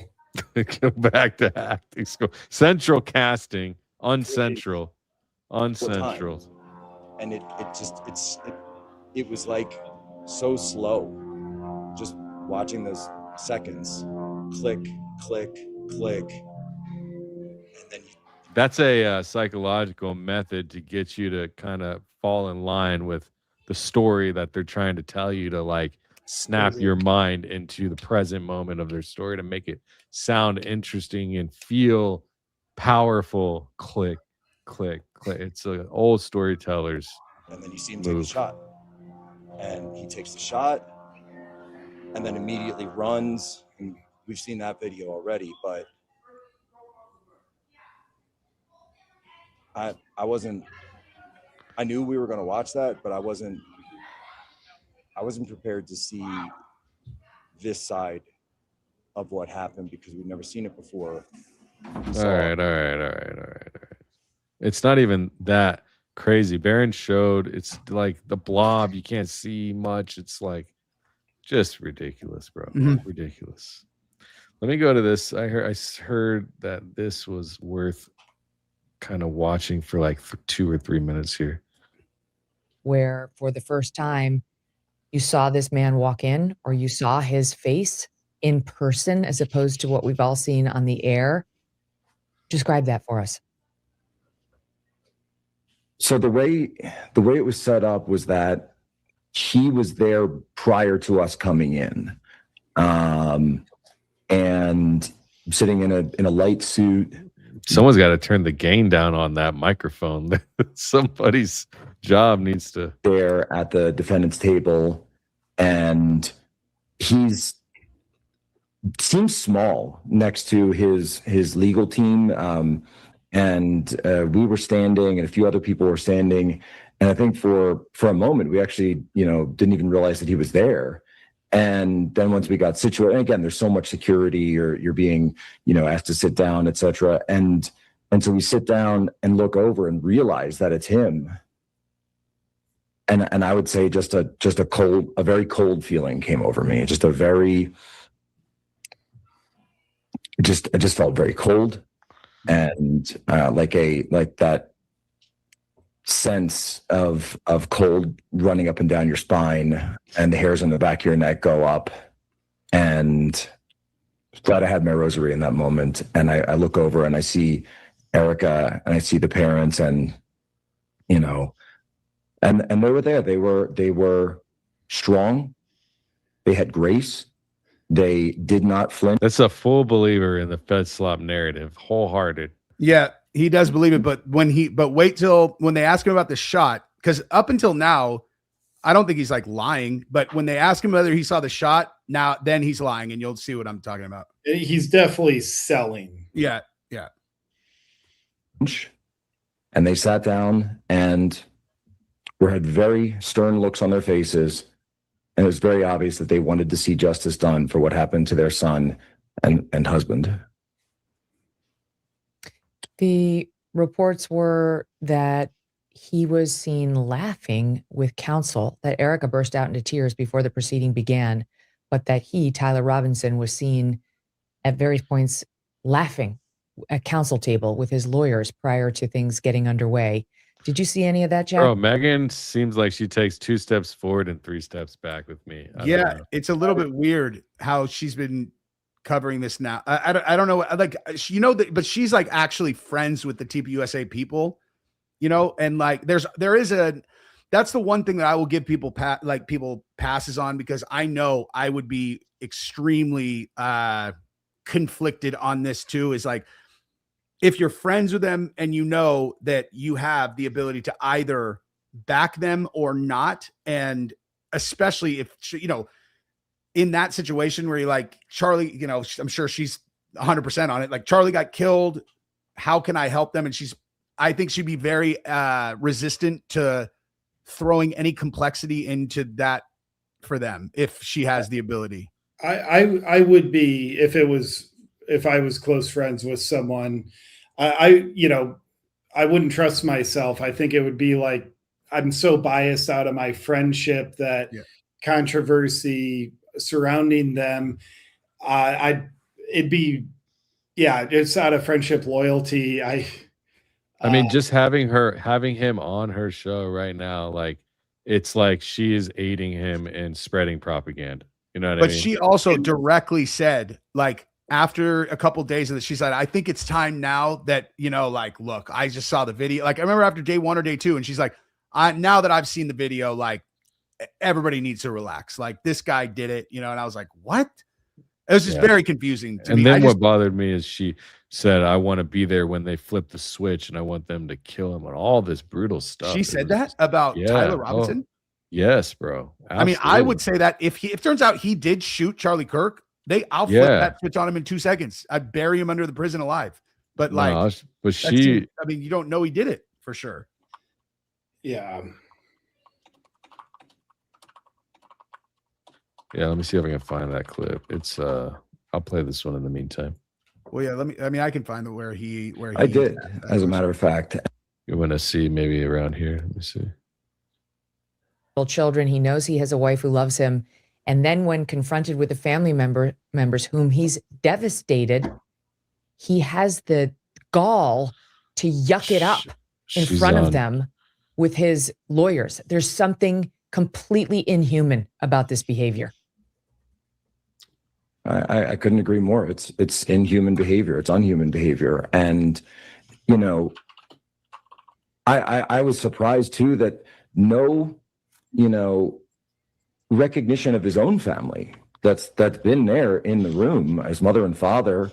And, you know, what we know that's come out is that it seemed like they did not have a particularly close relationship. I think he'd essentially been kind of thrown out of the house because of the lifestyle, and that's been in some of the reporting. And I'm sure we'll get more of that when Twiggs's testimony comes up, which we expect to come up either today or tomorrow. And but that being said, they are there. Yeah, I mean, I don't want to bore people to that. I was trying to find the Megyn Kelly clip that I was talking about, where she just lays in Megyn Kelly. Yeah, I'm trying to find the one, because like, you know, he's talking about watching the clip. He's like, you know, and you see that it's 12:22 and it just seemed like forever because I knew the shot's coming at 12:23 and I'm just hoping and praying that like that minute doesn't come because you know what's going to happen. It's like, shut up, guy. This happened a year ago and you're now getting to actually watch whether this happened. That's not how people interpret things like that. Okay. Like maybe if Charlie's your brother or something, but like, come on. It. Like that's, oh man, I found it. Sorry to interrupt. No. Yeah. Bro, listen to how this. The thing on Israel, like that's underlying this whole thing. Sorry. The thing on Israel, like that's heck? I just found it. Tyler Robinson did this, she said. Right here. Tyler Robinson did this. It seems very clear. It's such a weird thing. This was so long ago. This was like in December or something. To me, my only hope is that I can be there in the room when they flip the switch and take his life. I want him dead. I want the death penalty handed down against him and anyone who helped him. And I will be gleeful on the day it is carried out. Oh, I you know what? So you're saying that happened in December? Something like that, yeah. So she probably maybe, I don't know. She probably had a conversation with TPUSA people who she's friends with, and they shared with her what they've been told. And that I can understand why she would have been that confident that he actually did do it. Because if he did do it, I don't feel any different than that. You know, like it's not like, yeah, I thought that she said that like this week. And I'm like, what trial was she watching? The way that she's acting now on this same interview I was just showing with Jack Posobiec, she's pulling the same strings of he's a sick animal. Tyler Robinson is not human. He's laughing and can't face his whatever, all of this stuff. And it just seems like she's painting a narrative. It feels everything she's saying is true if Tyler really did do it. But at the same time, she's an attorney and she's super smart. So like the second that you hear that the star witness has his DNA on every single piece of evidence, he also has no alibi aside from I slept until 1 p.m. He has access to every single one of the devices that the confessions happened on. You find out during the trial that text conversation that's like, oh my goodness, love of my life, Mary golly gee, when am I going to see you again? He's like, oh, well, after I get done picking up the rifle, which I used to kill Charlie Kirk because I could not negotiate with his help, with his hatred. And do you remember when I was engraving the bullets I used to kill Charlie? It's like, get the fuck out of here, man. But like that conversation happened at midnight. You're like, midnight? It came out those. So like, which is more likely that Tyler Robinson was still outside that park waiting to pick up his rifle hours after the feds got it, or that Lance Twiggs stole his phone and then cooked the text, you know? And that's, again, not even including what I actually think happened. This is just like in this timeline, like it's way more likely that Lance Twiggs stole his phone and did it, or Lance Twiggs went on the Discord and was like, because Barron, I'm pretty sure Barron has proved that the Discord confession came after he was in custody. Yeah, it was at least an hour and a half after Robinson was in custody, that the Discord message came out, according to what Barron has uncovered. Yep. I'm curious, quick thought from you guys. Last week, Andrew Colvett, when the trial starts, Andrew Colvett came out and said, I've got some questions. Did y'all see that video? Which it's not worth watching here. You just want to gouge your eyes out seeing Andrew Colvett. What did he say? No, I didn't. He wants to know if Twiggs was involved finally. Yeah, he does? It's the first time Andrew Colvett, prime narrative protector of the official narrative of Charlie Kirk stuff. Once the trial starts, for the first time in 9-10 months, Andrew Colvett all of a sudden has questions about what happened to Charlie that aren't covered by the really thorough official narrative. So, I mean, just Jesse, you saw it, hot take. Where do you think Andrew was coming from? Was that authentic or just full of crap? I think it's well, I think at this point scripted, although I don't know how long ago it was scripted. Honestly, like my gut, because I think it's so obvious where the story is going and that this is going to ultimately get put on Lance Twiggs and then it's going to be like, there's going to be a oh my gosh, he really did frame him. Yeah. Because it's so on the nose and it's so obvious. And the fact that all of them are like acting like they can't see it. And this is like I have to come up with this, like I'm some seasoned murder investigator or something. It's like no alibi, history of violence, supposedly stabbed his grandparents or whatever. Like his word is literally the only thing you're going on aside from these digital things that he had access to. And on the Dremel, which is the tool that they use to engrave the bullets, only his DNA is on it. And so it's like, guys, they're going to put this on Lance. And so I think that I just think the whole thing is not real. And I think that Andrew's like, they're like playing their parts because now they've started, they're laying the seeds. And it makes me think, honestly, that like that whole I'm skeptical now, even to where when the reason I know about the notepads and I know about all the drawings that he made of like he's schizophrenic and he's, connecting all these wires and all that stuff is from this one article where one of the guys supposedly leaked this stuff to Turkey Tom. And it's such a thorough amount of, I couldn't even believe it. I remember at the time I was like, man, I've never had such a fascinating an incredible amount of information behind a crime like this. I remember being glued to the first video that came out about it and then reading the accompanying stuff. And I'm like, this is unbelievable, man. And then now I'm like, was this thing like planned from the beginning that they were going to pin this on Lance? Cause like, all I'm saying is, I mean, there's no way for me to know for sure if I'm right, but if what ends up happening is Lance is found dead, and in the note, it's like, I have to say I did it. And I framed Tyler and here's how I can prove it. And they're like, Tyler is exonerated. It was Lance. If that ends up happening, then I'm the king of the internet because that means I'm right for sure. Yeah, I love that. Time has gone by. JP, where do you sit with all of this? What do you think is going on in the case? Do you think it's a show trial? Do you think it's all a setup and a psyop? I mean, where do you sit with all this? The Tyler Robinson case, the Charlie Kirk assassination, just lay it on us. Big picture, the thing I'm most certain of is there's deception going on. The way the official narrative has been force-fed while you publicly ridicule people that are asking pretty legitimate questions. That just screams to me this is an act of deception. Orchestrated at a high level. So that's all I have certainty about. Like, there's obviously deception.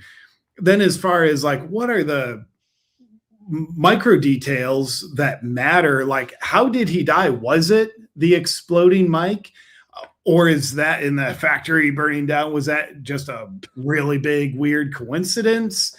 Let's tie in Israel connections as well. And could those just be hugely coincidental? Why did Kash Patel shut down the National Center for Counterterrorism's investigations into foreign involvement. When they said there's reason for us to investigate foreign involvement, the FBI said, you're not investigating foreign involvement. Iran war, Charlie was a huge opposition to that. He had President Trump's ear. Israel obviously wants it. So maybe just a big coincidence, and there's no Israeli involvement. But I know there's deception because I trust my senses, and I am very suspicious of Israeli involvement. That's where I'm at. You know, the one thing that I like, so I was like Nate and I talk about this, you know, because obviously me and Nate don't agree on this at all, but we talk about it all the time. And I was laughing with him the other day because I'm like, what's hilarious about my coverage of this case, which was investigate the leftists first and then move to like current, and, you know, like maybe both are wrong. I don't know. But the reason that I ended up on the path I did is because I was so naive and underinformed about Israel at the time that it happened, that it just wasn't on my radar at all. So like, it was like, everyone's all, if that happened. I remember today, when you and I kept mentioning things to you and you were like, I'm not even like, there. come on, dude. No, you way. weren't even. You're just like, Danks is an anti-Semite. What the hell is wrong? Yeah, for real. He was like, I can't even say like your a name blue on square, stream. like a blue square. He was scared to say my name on stream. Yeah. No, but like, yeah, because I just was, if that happened tomorrow for real, like I would instantly be like, they got him, dude. Like they got, for sure I would. Like I know that for sure. And I just, the only kind of like conspiracy side of this that I am very resistant to, because, and again, like I'm open to anything. The one thing that I'm like, nope, is if TPUSA whacked out Charlie, I don't believe for it.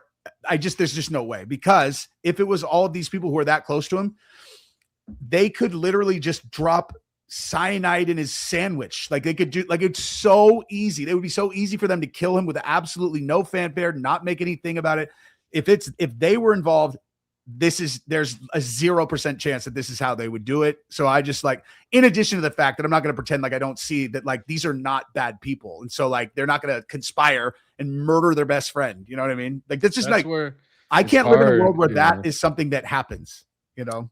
I mean, the only way I can get there, I said this on stream yesterday, I think I said, the only way I can get there is if truly indeed at least 50% of Charlie Kirk's life, especially his wife and his inner workings, were planted there. Like if his life was truly a Truman Show, injected people into his life where majority of the people were guiding and whatever, then maybe I could see it. But it's really hard for me to get there that all of these people are in on a murder, you know? Yeah. That's the problem for me. I think a lot of like music stars, that really is their life for real. And so it's not impossible at all that political people like are that way as well. Do you know what I mean? Well, what we're seeing now too, especially with this 223 bullet that was on the other roof. And then Candace today, she covered the person that saw allegedly somebody on the roof in tactical gear with what looked like an AR, which would shoot a 223 ammo round. And so, you know, this could have been somebody just that was tasked to do so, like an actual hit, you know, and it looks more like an actual hit from a smaller caliber AR rifle than 30-06 from some furry tranny dude. You know what I mean? Especially the round that they're I don't know why they went with that round. It's so wild, you know. Dude, JP, do you want to come out to Heavy Duty Country's ranch on Monday? We're gonna do the test. You watch Heavy Duty Country's channel? Like I've seen some of their stuff. Yeah. So we're gonna go out on Monday and we're gonna test because we did all the tests with the 30-06, and then now we're gonna do it with 223 since they found a 223 round. No kidding. Is that where's their ranch? Or it's I drive there. I don't want to dox them, but it's an hour from you probably. Okay, I'll text you. Okay. I would love to. So let me see if I can make that work. That'd be awesome. Yeah, it'd be fun. Yeah, you guys had a blast last time. Yeah, and Valhalla shot his today. He filmed his. Oh, he did. Yeah. What happened? I mean, I guess we'll see what happens. We'll see.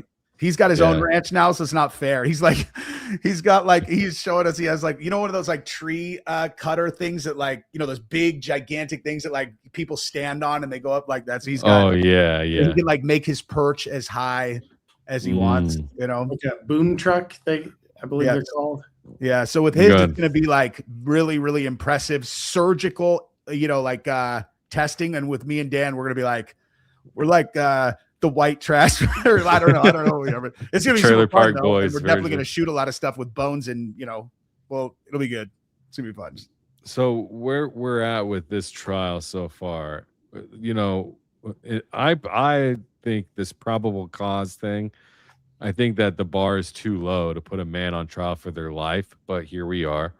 Do you at all, like, I'm not a lawyer, but I mean, it does, I guess we have probable cause, it looks like, huh? So do you guys think that we're going to go through and actually go to trial? Do you think we'll actually even make it to trial? What are your thoughts on what will happen? Like, JP, do you think Tyler is going to survive, for that matter? I mean, where do you think that we're going to go through to trial? What have you seen from this week from everybody, all sides? Do you think that we're going to get to trial, I guess? Yeah, honestly, dude, I'd love to have a cut and dry opinion because it's just more entertaining for people to listen to. I don't know. I'm so ignorant of like the legal perspectives and what's legitimately required to go to the next step of due process. So I don't know. I'll just throw this in there.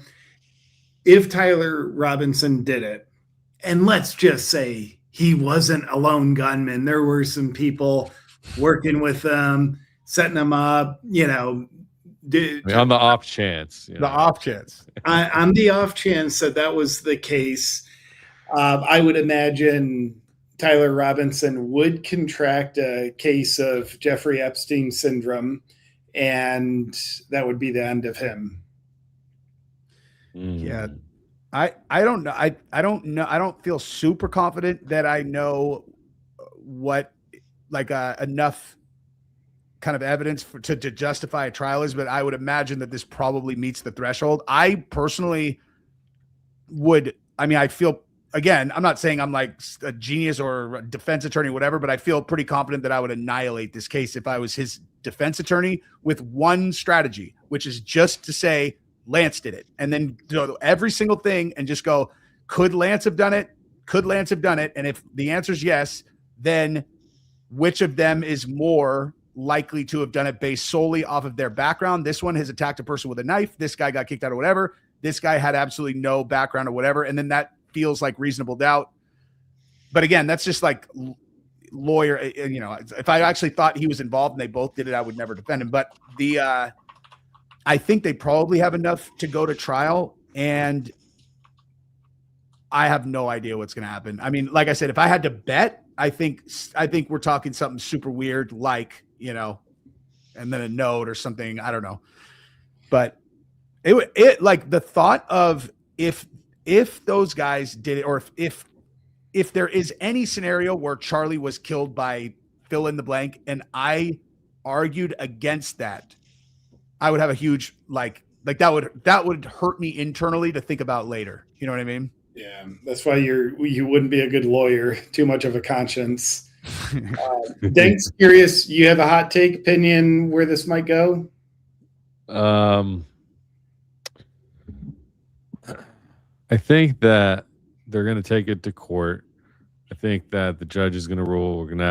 I think that I've done some research on political trials, show trials, media-driven trials, and what happens a lot of times is the judge in charge of the case, the attorneys, they all become overly invested, and so they feel pressure from not only the media and all that, and the people in their lives, and just everyday regular stuff in their life. But then the people that are being paid up top to have a certain thing go a certain direction. So they're feeling pressure from all these different places. So I think that they're going to feel pressure to somehow make it plausible to go into trial. And then the problem that the prosecutors did, I think, is they overcharged Tyler based on the evidence that they have.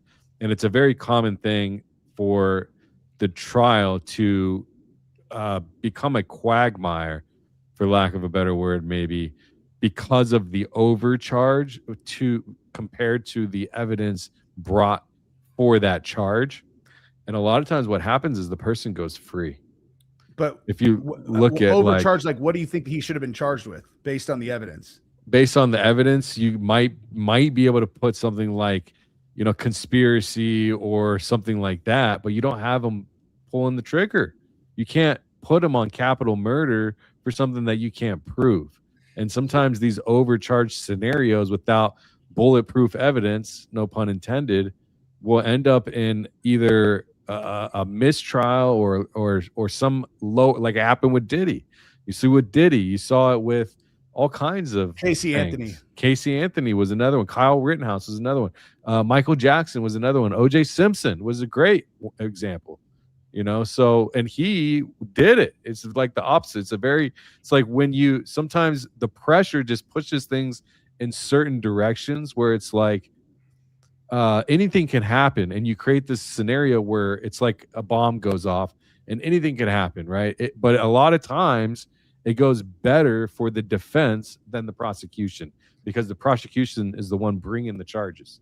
So I think that there's a chance it could all change significantly, whether Lance Twiggs is more involved and it somehow comes out in trial, or something, or someone dies, Lance Twiggs disappears, Tyler Robinson, I don't know. But I think that the overcharge at the end of it will make a mistake for whatever happens at the end of the trial. Something will be not what they want, and it's because they overcharged. I can almost guarantee that, if we make it all the way through to trial.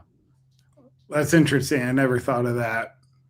Yeah. So relative to the overcharge, in theory, he could be not guilty.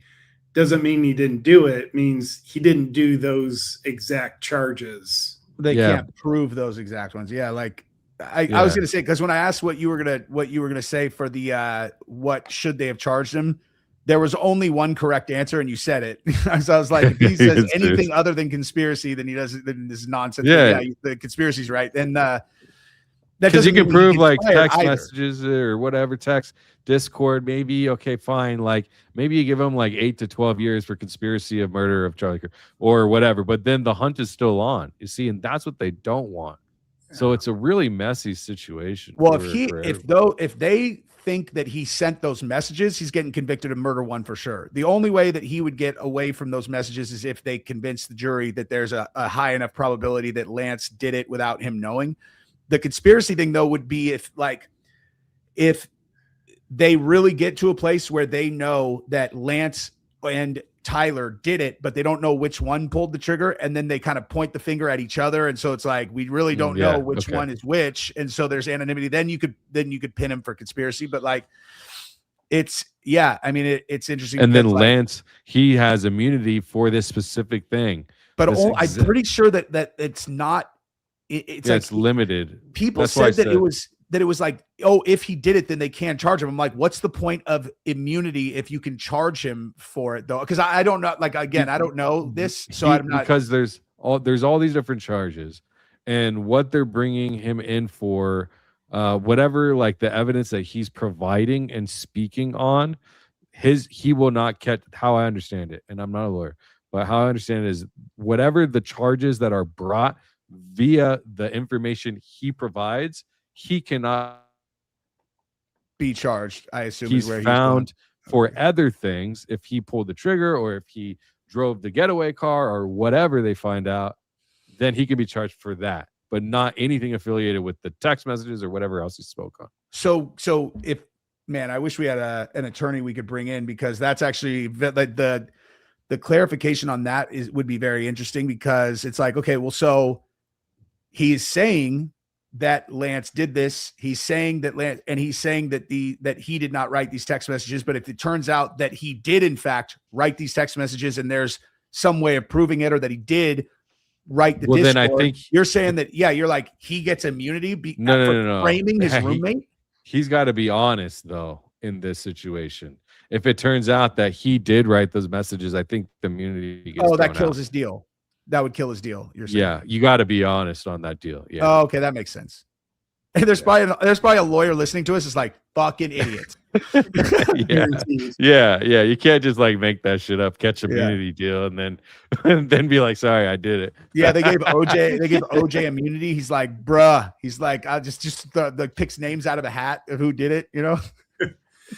Side note, very important question: is Lance Twiggs dressing as a boy? He appeared to be in his testimony. He has really long hair, but he's pretty boyish. Wow, why is he betraying himself? Because my understanding is he's truly a woman.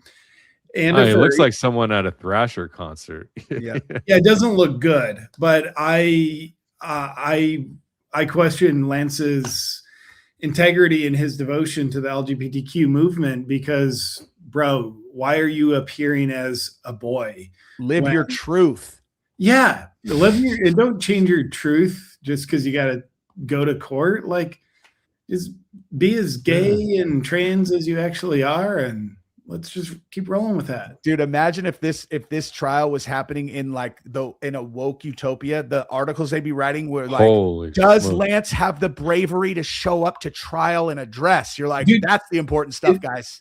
And given that he's dressing like a boy, I guess, dude, I guarantee there's parts of that community that are just railing against him. Like, they like to disown people that are, I'm a girl, and then a few years later, they're like, actually, I'm not. Like, they'll just ridicule you, tear you down.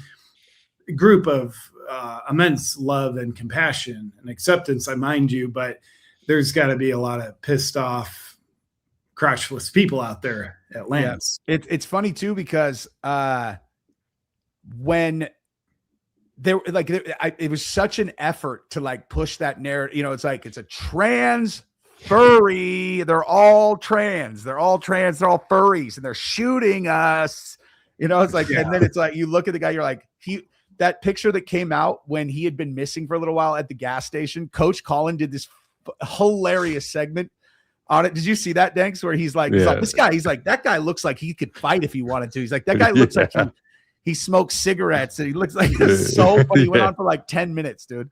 Very funny, dude. Yeah. No, this is, I don't know. Maybe he's still transitioning, or maybe it's fully transitioned from woman to dude. Well, he said that he's not actually trans, or someone was saying that he was never actually trans or whatever. I don't know about that. Trans lives are real, bro. Come on. Well, the thing is, they asked if they discussed any of this gay stuff, I think, in the court. I was looking for, I literally typed in Lance Twiggs hearing gay, and this is what I got. And that's within the home. Mm-hmm. And did he talk about what he had done? Didn't go into detail. I just asked him in person if what he said was true the night before, and he said it was. I started crying a little bit and said he wishes he hadn't done it. The night before, how does that timeline even work? If the night before, but the next day, okay, so maybe anytime in the morning the night before. Okay. Well, he was something where he was talking about how Tyler had come over or something. Yeah. They must have been together or something. I don't. There are so many problems with that. So, check this out, dude. They said that they had. I can't believe I forgot to put that in my video last night. This is a huge deal, and I meant to put it in my video last night. The screenshot of their from the trial, they're like, here is the text conversation, right? He testified that they had not talked since that morning. Like Tyler woke up and left at 7 a.m. and they didn't interact until 11:36 p.m. that night when the text thread conversation, the Shakespearean love story happened, right? Right. So first of all, just on its face, okay, when Charlie got shot and then that video started circulating, all of us started sharing it or receiving it from our closest friends and family. We're like, did you see this? Like, who did not send that to their wife, or who did not get it from their boyfriend, or did not, you know what I mean? Everyone shared that, because that's what happens when a thing like that happens. So the idea that Charlie Kirk got killed that close to them at UVU everyone's out. They're like, yeah, no, we didn't think it was important enough to text it to each other. First of all, nonsense. But on the fucking photograph of the conversation, it literally has a text message from earlier that day at 3 p.m. It says it right there. Barron pointed it out to me. He's like, they got a text message on that from that day. And I looked, I'm like, are you kidding me, dude? They literally, it's like, there's the first, it says it's from that day. Let me, I think I have it. I have that clip. I have it reply. Yeah. I posted it here. Let me pull it up. Yeah. Pull up the first text message because it's right there. Like these guys are so sloppy, man. It's sloppy. And after taking a look at that text, I will need to jump off to attend to some fatherly duties. My wife's birthday tomorrow, and I got to go wrap some stuff. That's last minute, man. I like that. It's her birthday? My wife's birthday was on the 10th. Gabrielle's. Oh yeah, my wife's birthday was on the 10th. Oh really? Yeah. I got two girls this month. Then my oldest is on the 30th. Nice. All right, this one right cancers. Here. Isn't it this one where they're the very first one? So that one right there. See, look. So see if you go and it says Monday 1:15 p.m. No, that one. Yeah. So it says stop what you're doing and look under my keyboard. That's the one that first opened it, and then go up right above that. Oh yeah, right here. I love you, moi moi. I love you more skis, moi moi moi. What the heck? Hey, in the middle of the day at 4 p.m., Charlie got whacked out 4 hours earlier than that supposedly, and this is just like, just regular talk.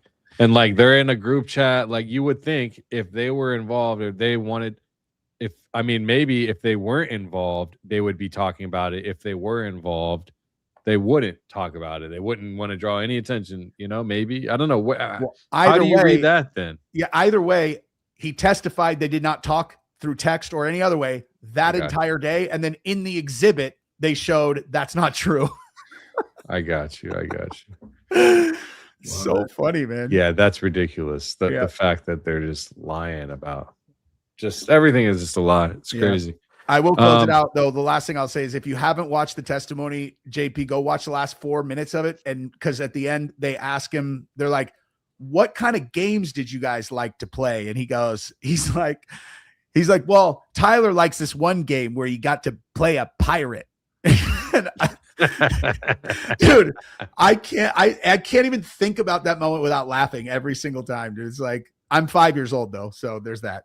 I'm gonna speed through these. If you guys want to stick around, whoever wants to go, if you guys got to go, JP, you want to bounce? JP, you can rock, dude. We'll take care of these. I do need to bounce. Danks, I love you. Jesse, I love you. Yeah, everyone, thank you for tuning in. I love y'all. Stick around for more of Danks and Jesse. The collective IQ is gonna rise as I exit.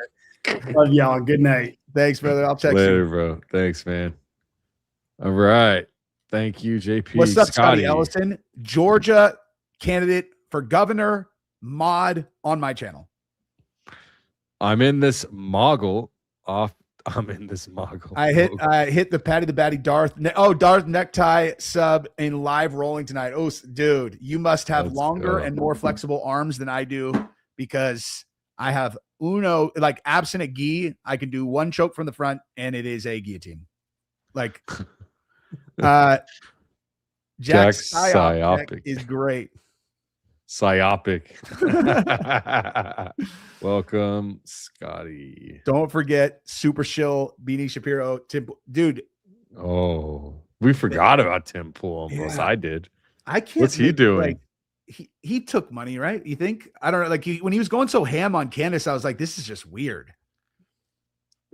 I don't know. I think that he's definitely politically aligned, and I think that there's probably money coming from that direction of alignment. Yeah. Because he's so damn worried about the midterms. It's like, what do you care, bro? What are you talking about? Who fed you money to talk about what midterms? What are you talking about? I just don't. Yeah. Everybody. Yeah. You talking about? JP, love you long time. Thank you. Yes, he has kept it real. Zilwakian, happy birthday. Sorry, not sorry. Boys of you rocked it tonight. No surprise. Thank you, Zilwaki. Welcome. Neon Phoenix Girl. Danks and Jesse carrying this show. Whoa. JP. I don't know about all that. Well, JP is a man of few words, but when he speaks, they're words of wisdom. JP is the funniest skit guy on the internet, dude. Jesse, I'm working in Provo right now. A lot of people think this whole thing is strange, and they say Tyler Robinson is going to plead the insanity plea. Hey, I think it's strange too. And I think if you ask enough people out there in Provo, you might find some people who look at you sideways when you're like, "Is this thing real? Did this actually happen, dude?" You know, but they won't ever admit it because people out there are rock solid in the event that they're on the inside of things. But you've talked about like the whole community being in on something. If I wouldn't have spent time, like I lived out there for a year, that part of it would have been a huge hurdle for me to get over, where it's like, man, but like if it, there would have to be people involved out there too. Like, but once I knew that, and again, there's no way for me to know for sure. And I volunteered myself to TV USA and all of them. Like, dude, if you just never want me to say this again, throw it out. I think of myself as helping you guys because people think you killed Charlie, which I obviously know you didn't. But yeah. Anyway, but yeah. So like when I found out that those guys came from Utah and were LDS, I was like, oh, because if you're influential, especially if you're from Utah and you're from an influential family that's in the church, like, listen, like those guys, and not in a bad way. It's just a very tight community that takes care of its own, and they do what they say out there. I've talked about that. Communities, that's how it should be. And there's a lot of communities like that. You know, there's church communities, there's Alcoholics Anonymous communities, there's all kinds of little niches and communities where everyone's got each other's back. I think that's important. A lot of America is missing that today, actually. Yes. Where like we don't even know our neighbors. You know what I mean? It's crazy. Like when I was a kid, it's very different. I like groups that have like specific principles and things that they say that they do as a group, as a collective, and they do it. Like they really actually do it. You know, like out there, if you live in Provo and they're the church, like if they say they don't drink coffee, like they don't drink coffee. They don't drink alcohol. They don't have sex before they're married. They don't do any of that stuff. And it's like, they really don't. So it's like, that's why I have so much respect for that group out there, because they say it and then they live it. And that's it's a characteristic that's very, very rare and very, very impressive. I want to go to one of those soda drive-thrus they got out there. Dude, every single thing has a drive-thru because everyone has kids. My wife loved that part, dude. That's cool. Yeah, soda drive-thru would be dope. Shauna, $5. Smash the like, share, subscribe. Whoa, look at that emoji. Shauna, thank you very much. It's free for you to turn on. It helps you. Channel grow. Thank you. Thank you. Ethan Golf. The Twigs thing is to obfuscate from the inside job. Or yeah, I mean, I look at this now and I wonder, I mean, again, maybe Twigs whacked him out. Maybe Tyler whacked him out. Maybe it's not real. Maybe whatever. But in the event that it's not real, I wonder how much was planned in advance versus like, oh, 223 on the other roof, huh? Like, was that a reaction to the fact that you guys fucked up and used a 30-06 for the drop gun? Because you know what I mean? It's like, how much of this is like in reaction to mistakes that they made, you know? Dude, how can I not even think about that? Jesus, are you saying you need me to do that one? I'm too easy. No, dude, it's just, I don't know. Like, again, just if you operate from the perspective that it's not real, then it answers literally every single question, every single one. Yeah, no, that makes sense. Dan, thank you for the memberships. Say thank you if you got them. Liberty Troll. Love to see right-minded people seeing through all the theater. By the way, have you guys all seen A1 audits? Hence my channel. A1. I'm not 1A audits. 1A audits. Oh, First Amendment audits. Oh, yeah, of course. No. I that First Amendment audits. Let me see. Yeah, look that up. I'm very curious what that is. Liberty Troll. Here, I'll share the channel. By the way, just as a side note, JP is fucking great people, man. Oh, he's such a good dude. This is Liberty Troll. 118,000 subs. You got another one.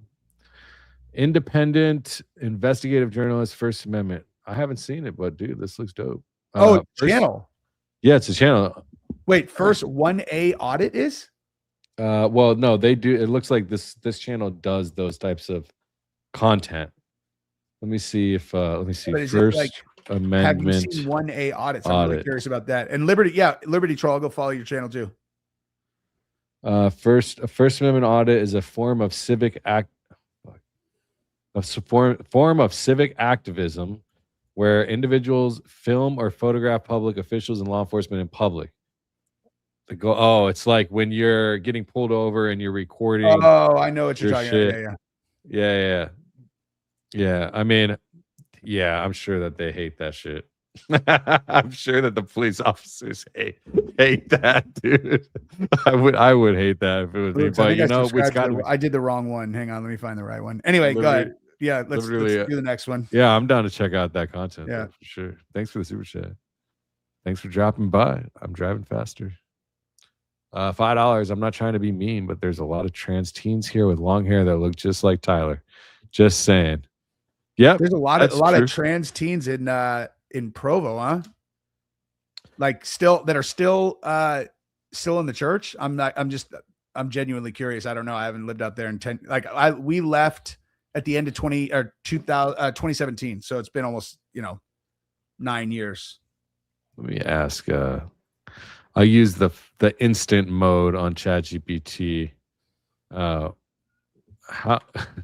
What is the trans rate? The trans rate percentage in Provo, Utah, or Utah in general higher than typical? Oh man. Well, I mean, because at least when I was there, Provo was, I don't know, 90% LDS or something like that. About 1% identify. So typical. Youth, 3.3% of youth identify. 13 to 17%. That's 13 to 17 years old. That's a lot. Jesus, that is 3.3%. fucking wild. So imagine you go to school of 3,000 people, then you've got 30 people that are try again. Oh yeah, more. Fucking 90, almost 100. Yep. I was thinking about the 1%. Yep. Damn. That's a lot. Dude. That's a lot. We had one if we were lucky. Or unlucky, however you look at it. Either way. Here, I got a funny story. Dude. I don't mind them. I never mind. When I was a senior in high school, obviously, school not really my favorite thing that I had to do like throughout the day. So I was in this class and we had this end of the year project. Basically, like your entire grade was based on this end of the year project that we got to break out into groups and then do whatever. And I had like some of my friends were in this group, and all I cared about was that I got into a group with my buddy Trevor. Whatever. It was a couple of my friends, right? So we got to go in order and then sign our names up like under the category that we were going to be in. We like drew numbers. So I went before my friends, and this is literally the extent of my analysis of where I was putting my name. Is I was like, oh, there's a category that has no one in it. So I went up and I just put my name on it, went back to my seat, and I was like, hell yeah. My friend Aaron went to a different group, and I was like, the fuck? And then my other buddy went up and went to a different group, and I'm like, the fuck? And and I look, and then these people start, and it was fucking gay, lesbian issues in teens or whatever. I literally didn't see it. All I saw was that no one had signed up. So I thought me and my friends could do it, And so I ended up the lone like dick fuck like me on this in this group with these three like two of the chicks came out when we did our fucking our presentation. And so I jimmied my way into an A in that class by literally just being a complete and total idiot that didn't even look and see what I was signing up for. So that was one of the most unintentionally brilliant moves of my, because like I don't care. Like, oh yeah, hey dude, I'm in the gay group, dude. I must be gay. Free A. I did no work on that project at all. Gangster. K-Nate, $4.99. Guy shoots then runs. Any of the 4K video shows say WTF Tyler Robinson did with the rifle. He didn't have it when he jumped, and he didn't disassemble it. And he also, when the guy kneels and then stands up, if you watch that close, if you're something that's that heavy, right, long and heavy, like you're going to have to, first of all, if you're in prone, you're going to have to use one of your hands to help you get yourself up. And then you're going to have to reach down and grab the other thing. The way he moves does not, to me, appear like he picks up, like a person who picked up or is carrying a rifle. It's that blurry that I could say something like that. That it's like, I don't think that he grabbed anything, but I don't know. People can go watch it and tell me what they think. I don't know why they don't just do all the geolocation stuff. Why would we even? Because he's not there. Because he's not there. Became a member. Double D Delaney. Welcome. Stephanie. Hey, that's true. Because if these text messages are him, they should be able to fucking position him like right there. That shouldn't be challenging. Yeah, no, exactly. That's a big deal. It's like all of these texts and phones are involved. He was right there scoping out the spot where the police officers were allegedly there. Like, he's making sure that they're not going to catch him. They might catch me. The news. Somehow he knows what's going on in the police investigation while he's sitting in his car. Lingering. Yeah, exactly. So it's like, okay, so then you should just show the metadata on the phone. You know, I mean, it shouldn't be that hard. Is that a spot of spaghetti on your shirt, Jesse? No, it's blood. Just want to see a minor meltdown again. Enjoying the show like always.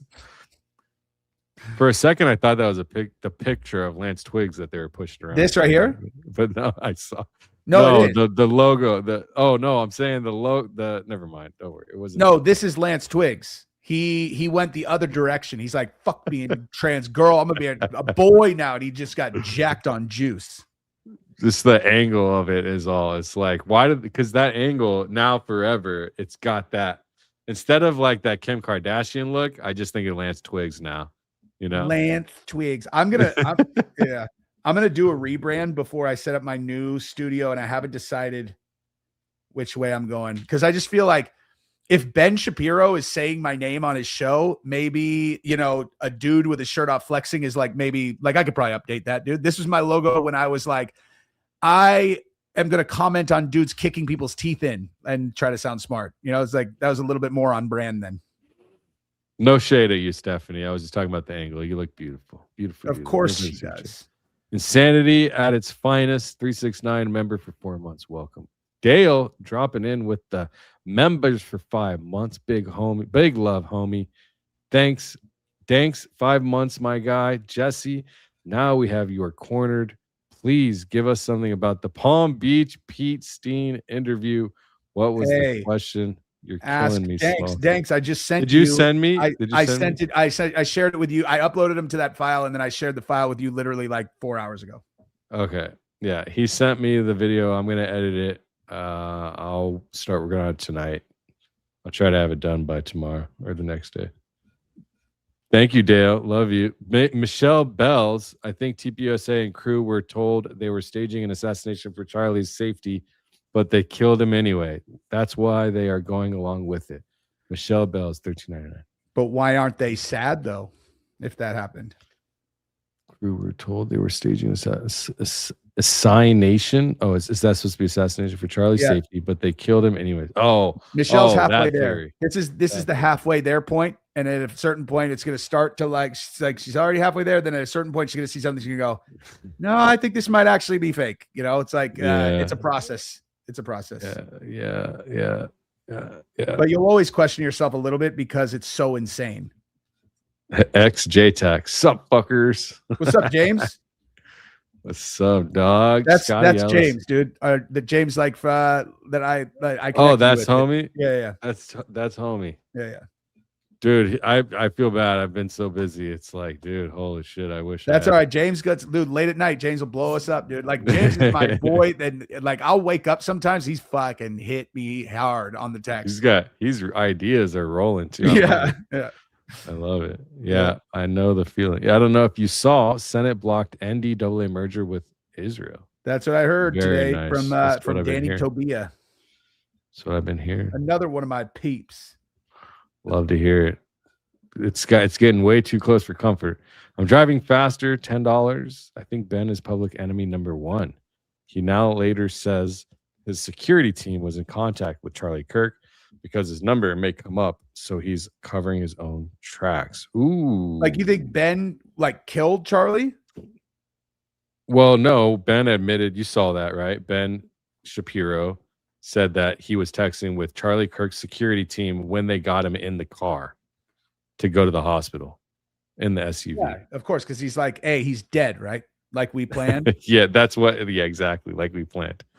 So everyone's like, I see it every show. I'm getting comments saying you guys need to look into his security and Google searches or look at who they are and what is the connection. And oh my God, Ben Shapiro is involved. I mean, listen, dude, let me think about how I would word this. I hope that he is not capable of that because he now officially knows my name and I make fun of him a lot.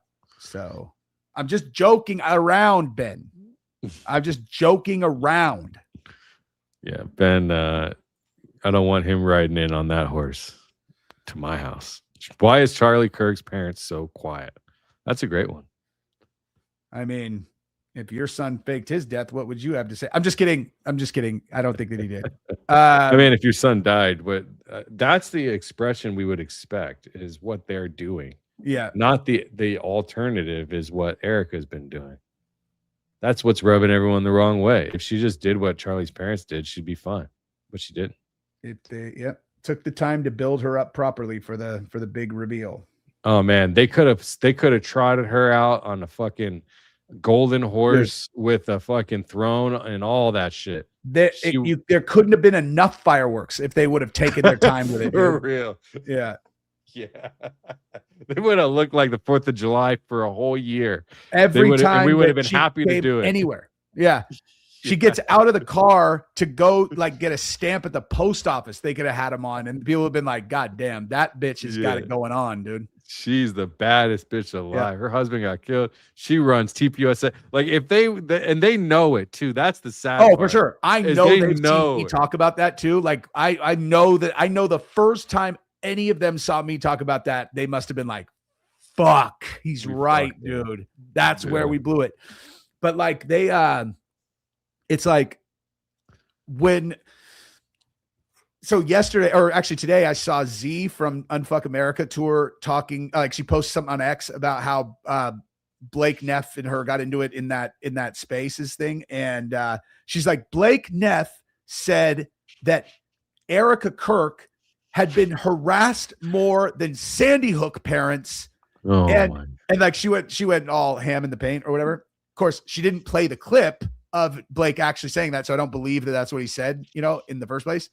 However, in the event that, if I was going to play defense attorney for Blake Neff against Z, who I'm cool with, and we, but like, I don't even think that that's even like a conversation. Okay. Like, are you saying that Erica killed Charlie? And if she said, I would assume she'd say no. And I'd be like, okay, so, cause she's all, they had their kids' heads blown off. And it's like, I know, but like Erica had her husband's head blown off. And then who got harassed more, Erica or the parents? Like, cause that's what even if that is what he said, that's not like even a conversation. I'm not like saying there's anything okay about any of it. I'm just saying like, if you're talking about volume, give me a fucking break, dude. Like everybody knows who she is and everybody has gone so hard at her. Like that's not comparable at all. She has to go away. She has to go away. Yeah, I'm not talking about strategy. I'm talking about how big and bad it went. Like it went so big and so bad. Yeah, and the fact that they're still pushing her, it's like there's something behind there that we don't know. It has to be. It just means that public persona and public interpretation of TPUSA is not the primary goal at all of whatever's going on. Oh yeah, like the optics, and same with Daily Wire. I guess it's like, I mean, are they following the same path as Daily Wire? But they'll always have infinite money behind them or something. Their business model is completely different. Like Daily Wire is a media company. They're just like, it's like if you and I were like, fuck it, let's do this on our own. And we just started bringing in all these acts and then we were monetizing it through subscription and all. Oh, wait a minute. We are doing that. But kind of different, with, TPUSA is a political action committee, like nonprofit that's out trying to get people elected directly. But do you think that because like the way I've felt about Ben Shapiro and Daily Wire is that their companies don't even need to exist. Like, they can actually go bankrupt, lay low, and get bankrolled again later when it's time. For sure. Oh, you mean Daily Wire could and just start over? So I'm thinking is like, can TPUSA do something like that? Do you see a world where they could just fail? And like, are they trying to make it fail? Like, it's so weird, I don't know anything about. I like the Daily Wire business. I mean, I'm not like pretending that I know as much as like I could, but I know enough about that business and business model to say that I'm capable of having it. TPUSA, I'm flying completely blind. Like I don't know anything about that other than that they door knock, all that. I have entertained that part of what the actual real objective here would potentially be to break TPUSA on purpose because of the influence over there. And it's the, and Candace is in on it, and it is this huge, like the deepest op ever. And they, that's where I was thinking it's like maybe this deep. Yeah, but it's like we can only speculate. There's no way to know. Yeah. So appreciate you guys, says Stones, watching a bit over a year now. Hey, shout out. Let's go. Got you a fan, Stephanie. Oh no, that's what I was worried about. I didn't. No. I don't even know what he said. Don't even. I said I thought it was Lance Twiggs for a second because of the angle. Okay, that's first of all, that's an objectively attractive profile pic. It is. That's why I didn't want you to. That's why I said what I said after. I wouldn't have said what I meant. Don't delete your picture, please. I'll remember you, Stephanie C150. Don't come back with another. Dale 20. This is the last one, I think. Dale, wasn't Charlie Kirk's dad a contractor / engineer for Trumpelstiltskin back in the Trump back in the 80s and 90s? Who are they going to tell? The world will turn on them, or worse, if they don't play this right. Watch mom cringe at Donald Trump.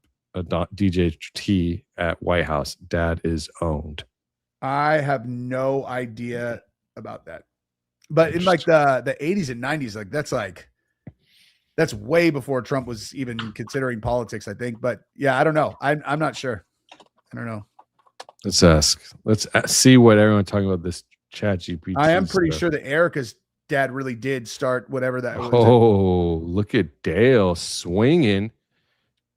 Yes, an important distinction. Oh, he's an architect. Architect, not a Trump organization executive. Multiple biographical sources state that he worked on the Trump Tower project in New York during his architecture career. Charlie himself has also described his father as being involved with Trump Tower. What is supported? Robert Kirk was an architect, was involved in the construction and design of Trump Tower in Manhattan. Charlie Kirk has publicly referenced his father's role in that project. Interesting. That's interesting. I don't know what it means, but the world is built on relationships. Hey. Well, brother, thanks for doing this. Yeah, it was man. a great one. You too. I'm gonna be completely out of commission tomorrow because it's Gabrielle's birthday. Unless Gabrielle has some drinks and she wants to stream, in which case I'll be on. But enjoy. Thanks, man. Happy birthday Appreciate to her. You guys. Yeah. Tomorrow I'm live with that Anna Escobar. We're going to be talking about the Google searches that she uncovered on Stu Peters. So catch us tomorrow, 11:30 a.m. All right. In specific time. Later, right, guys. Later. Peace.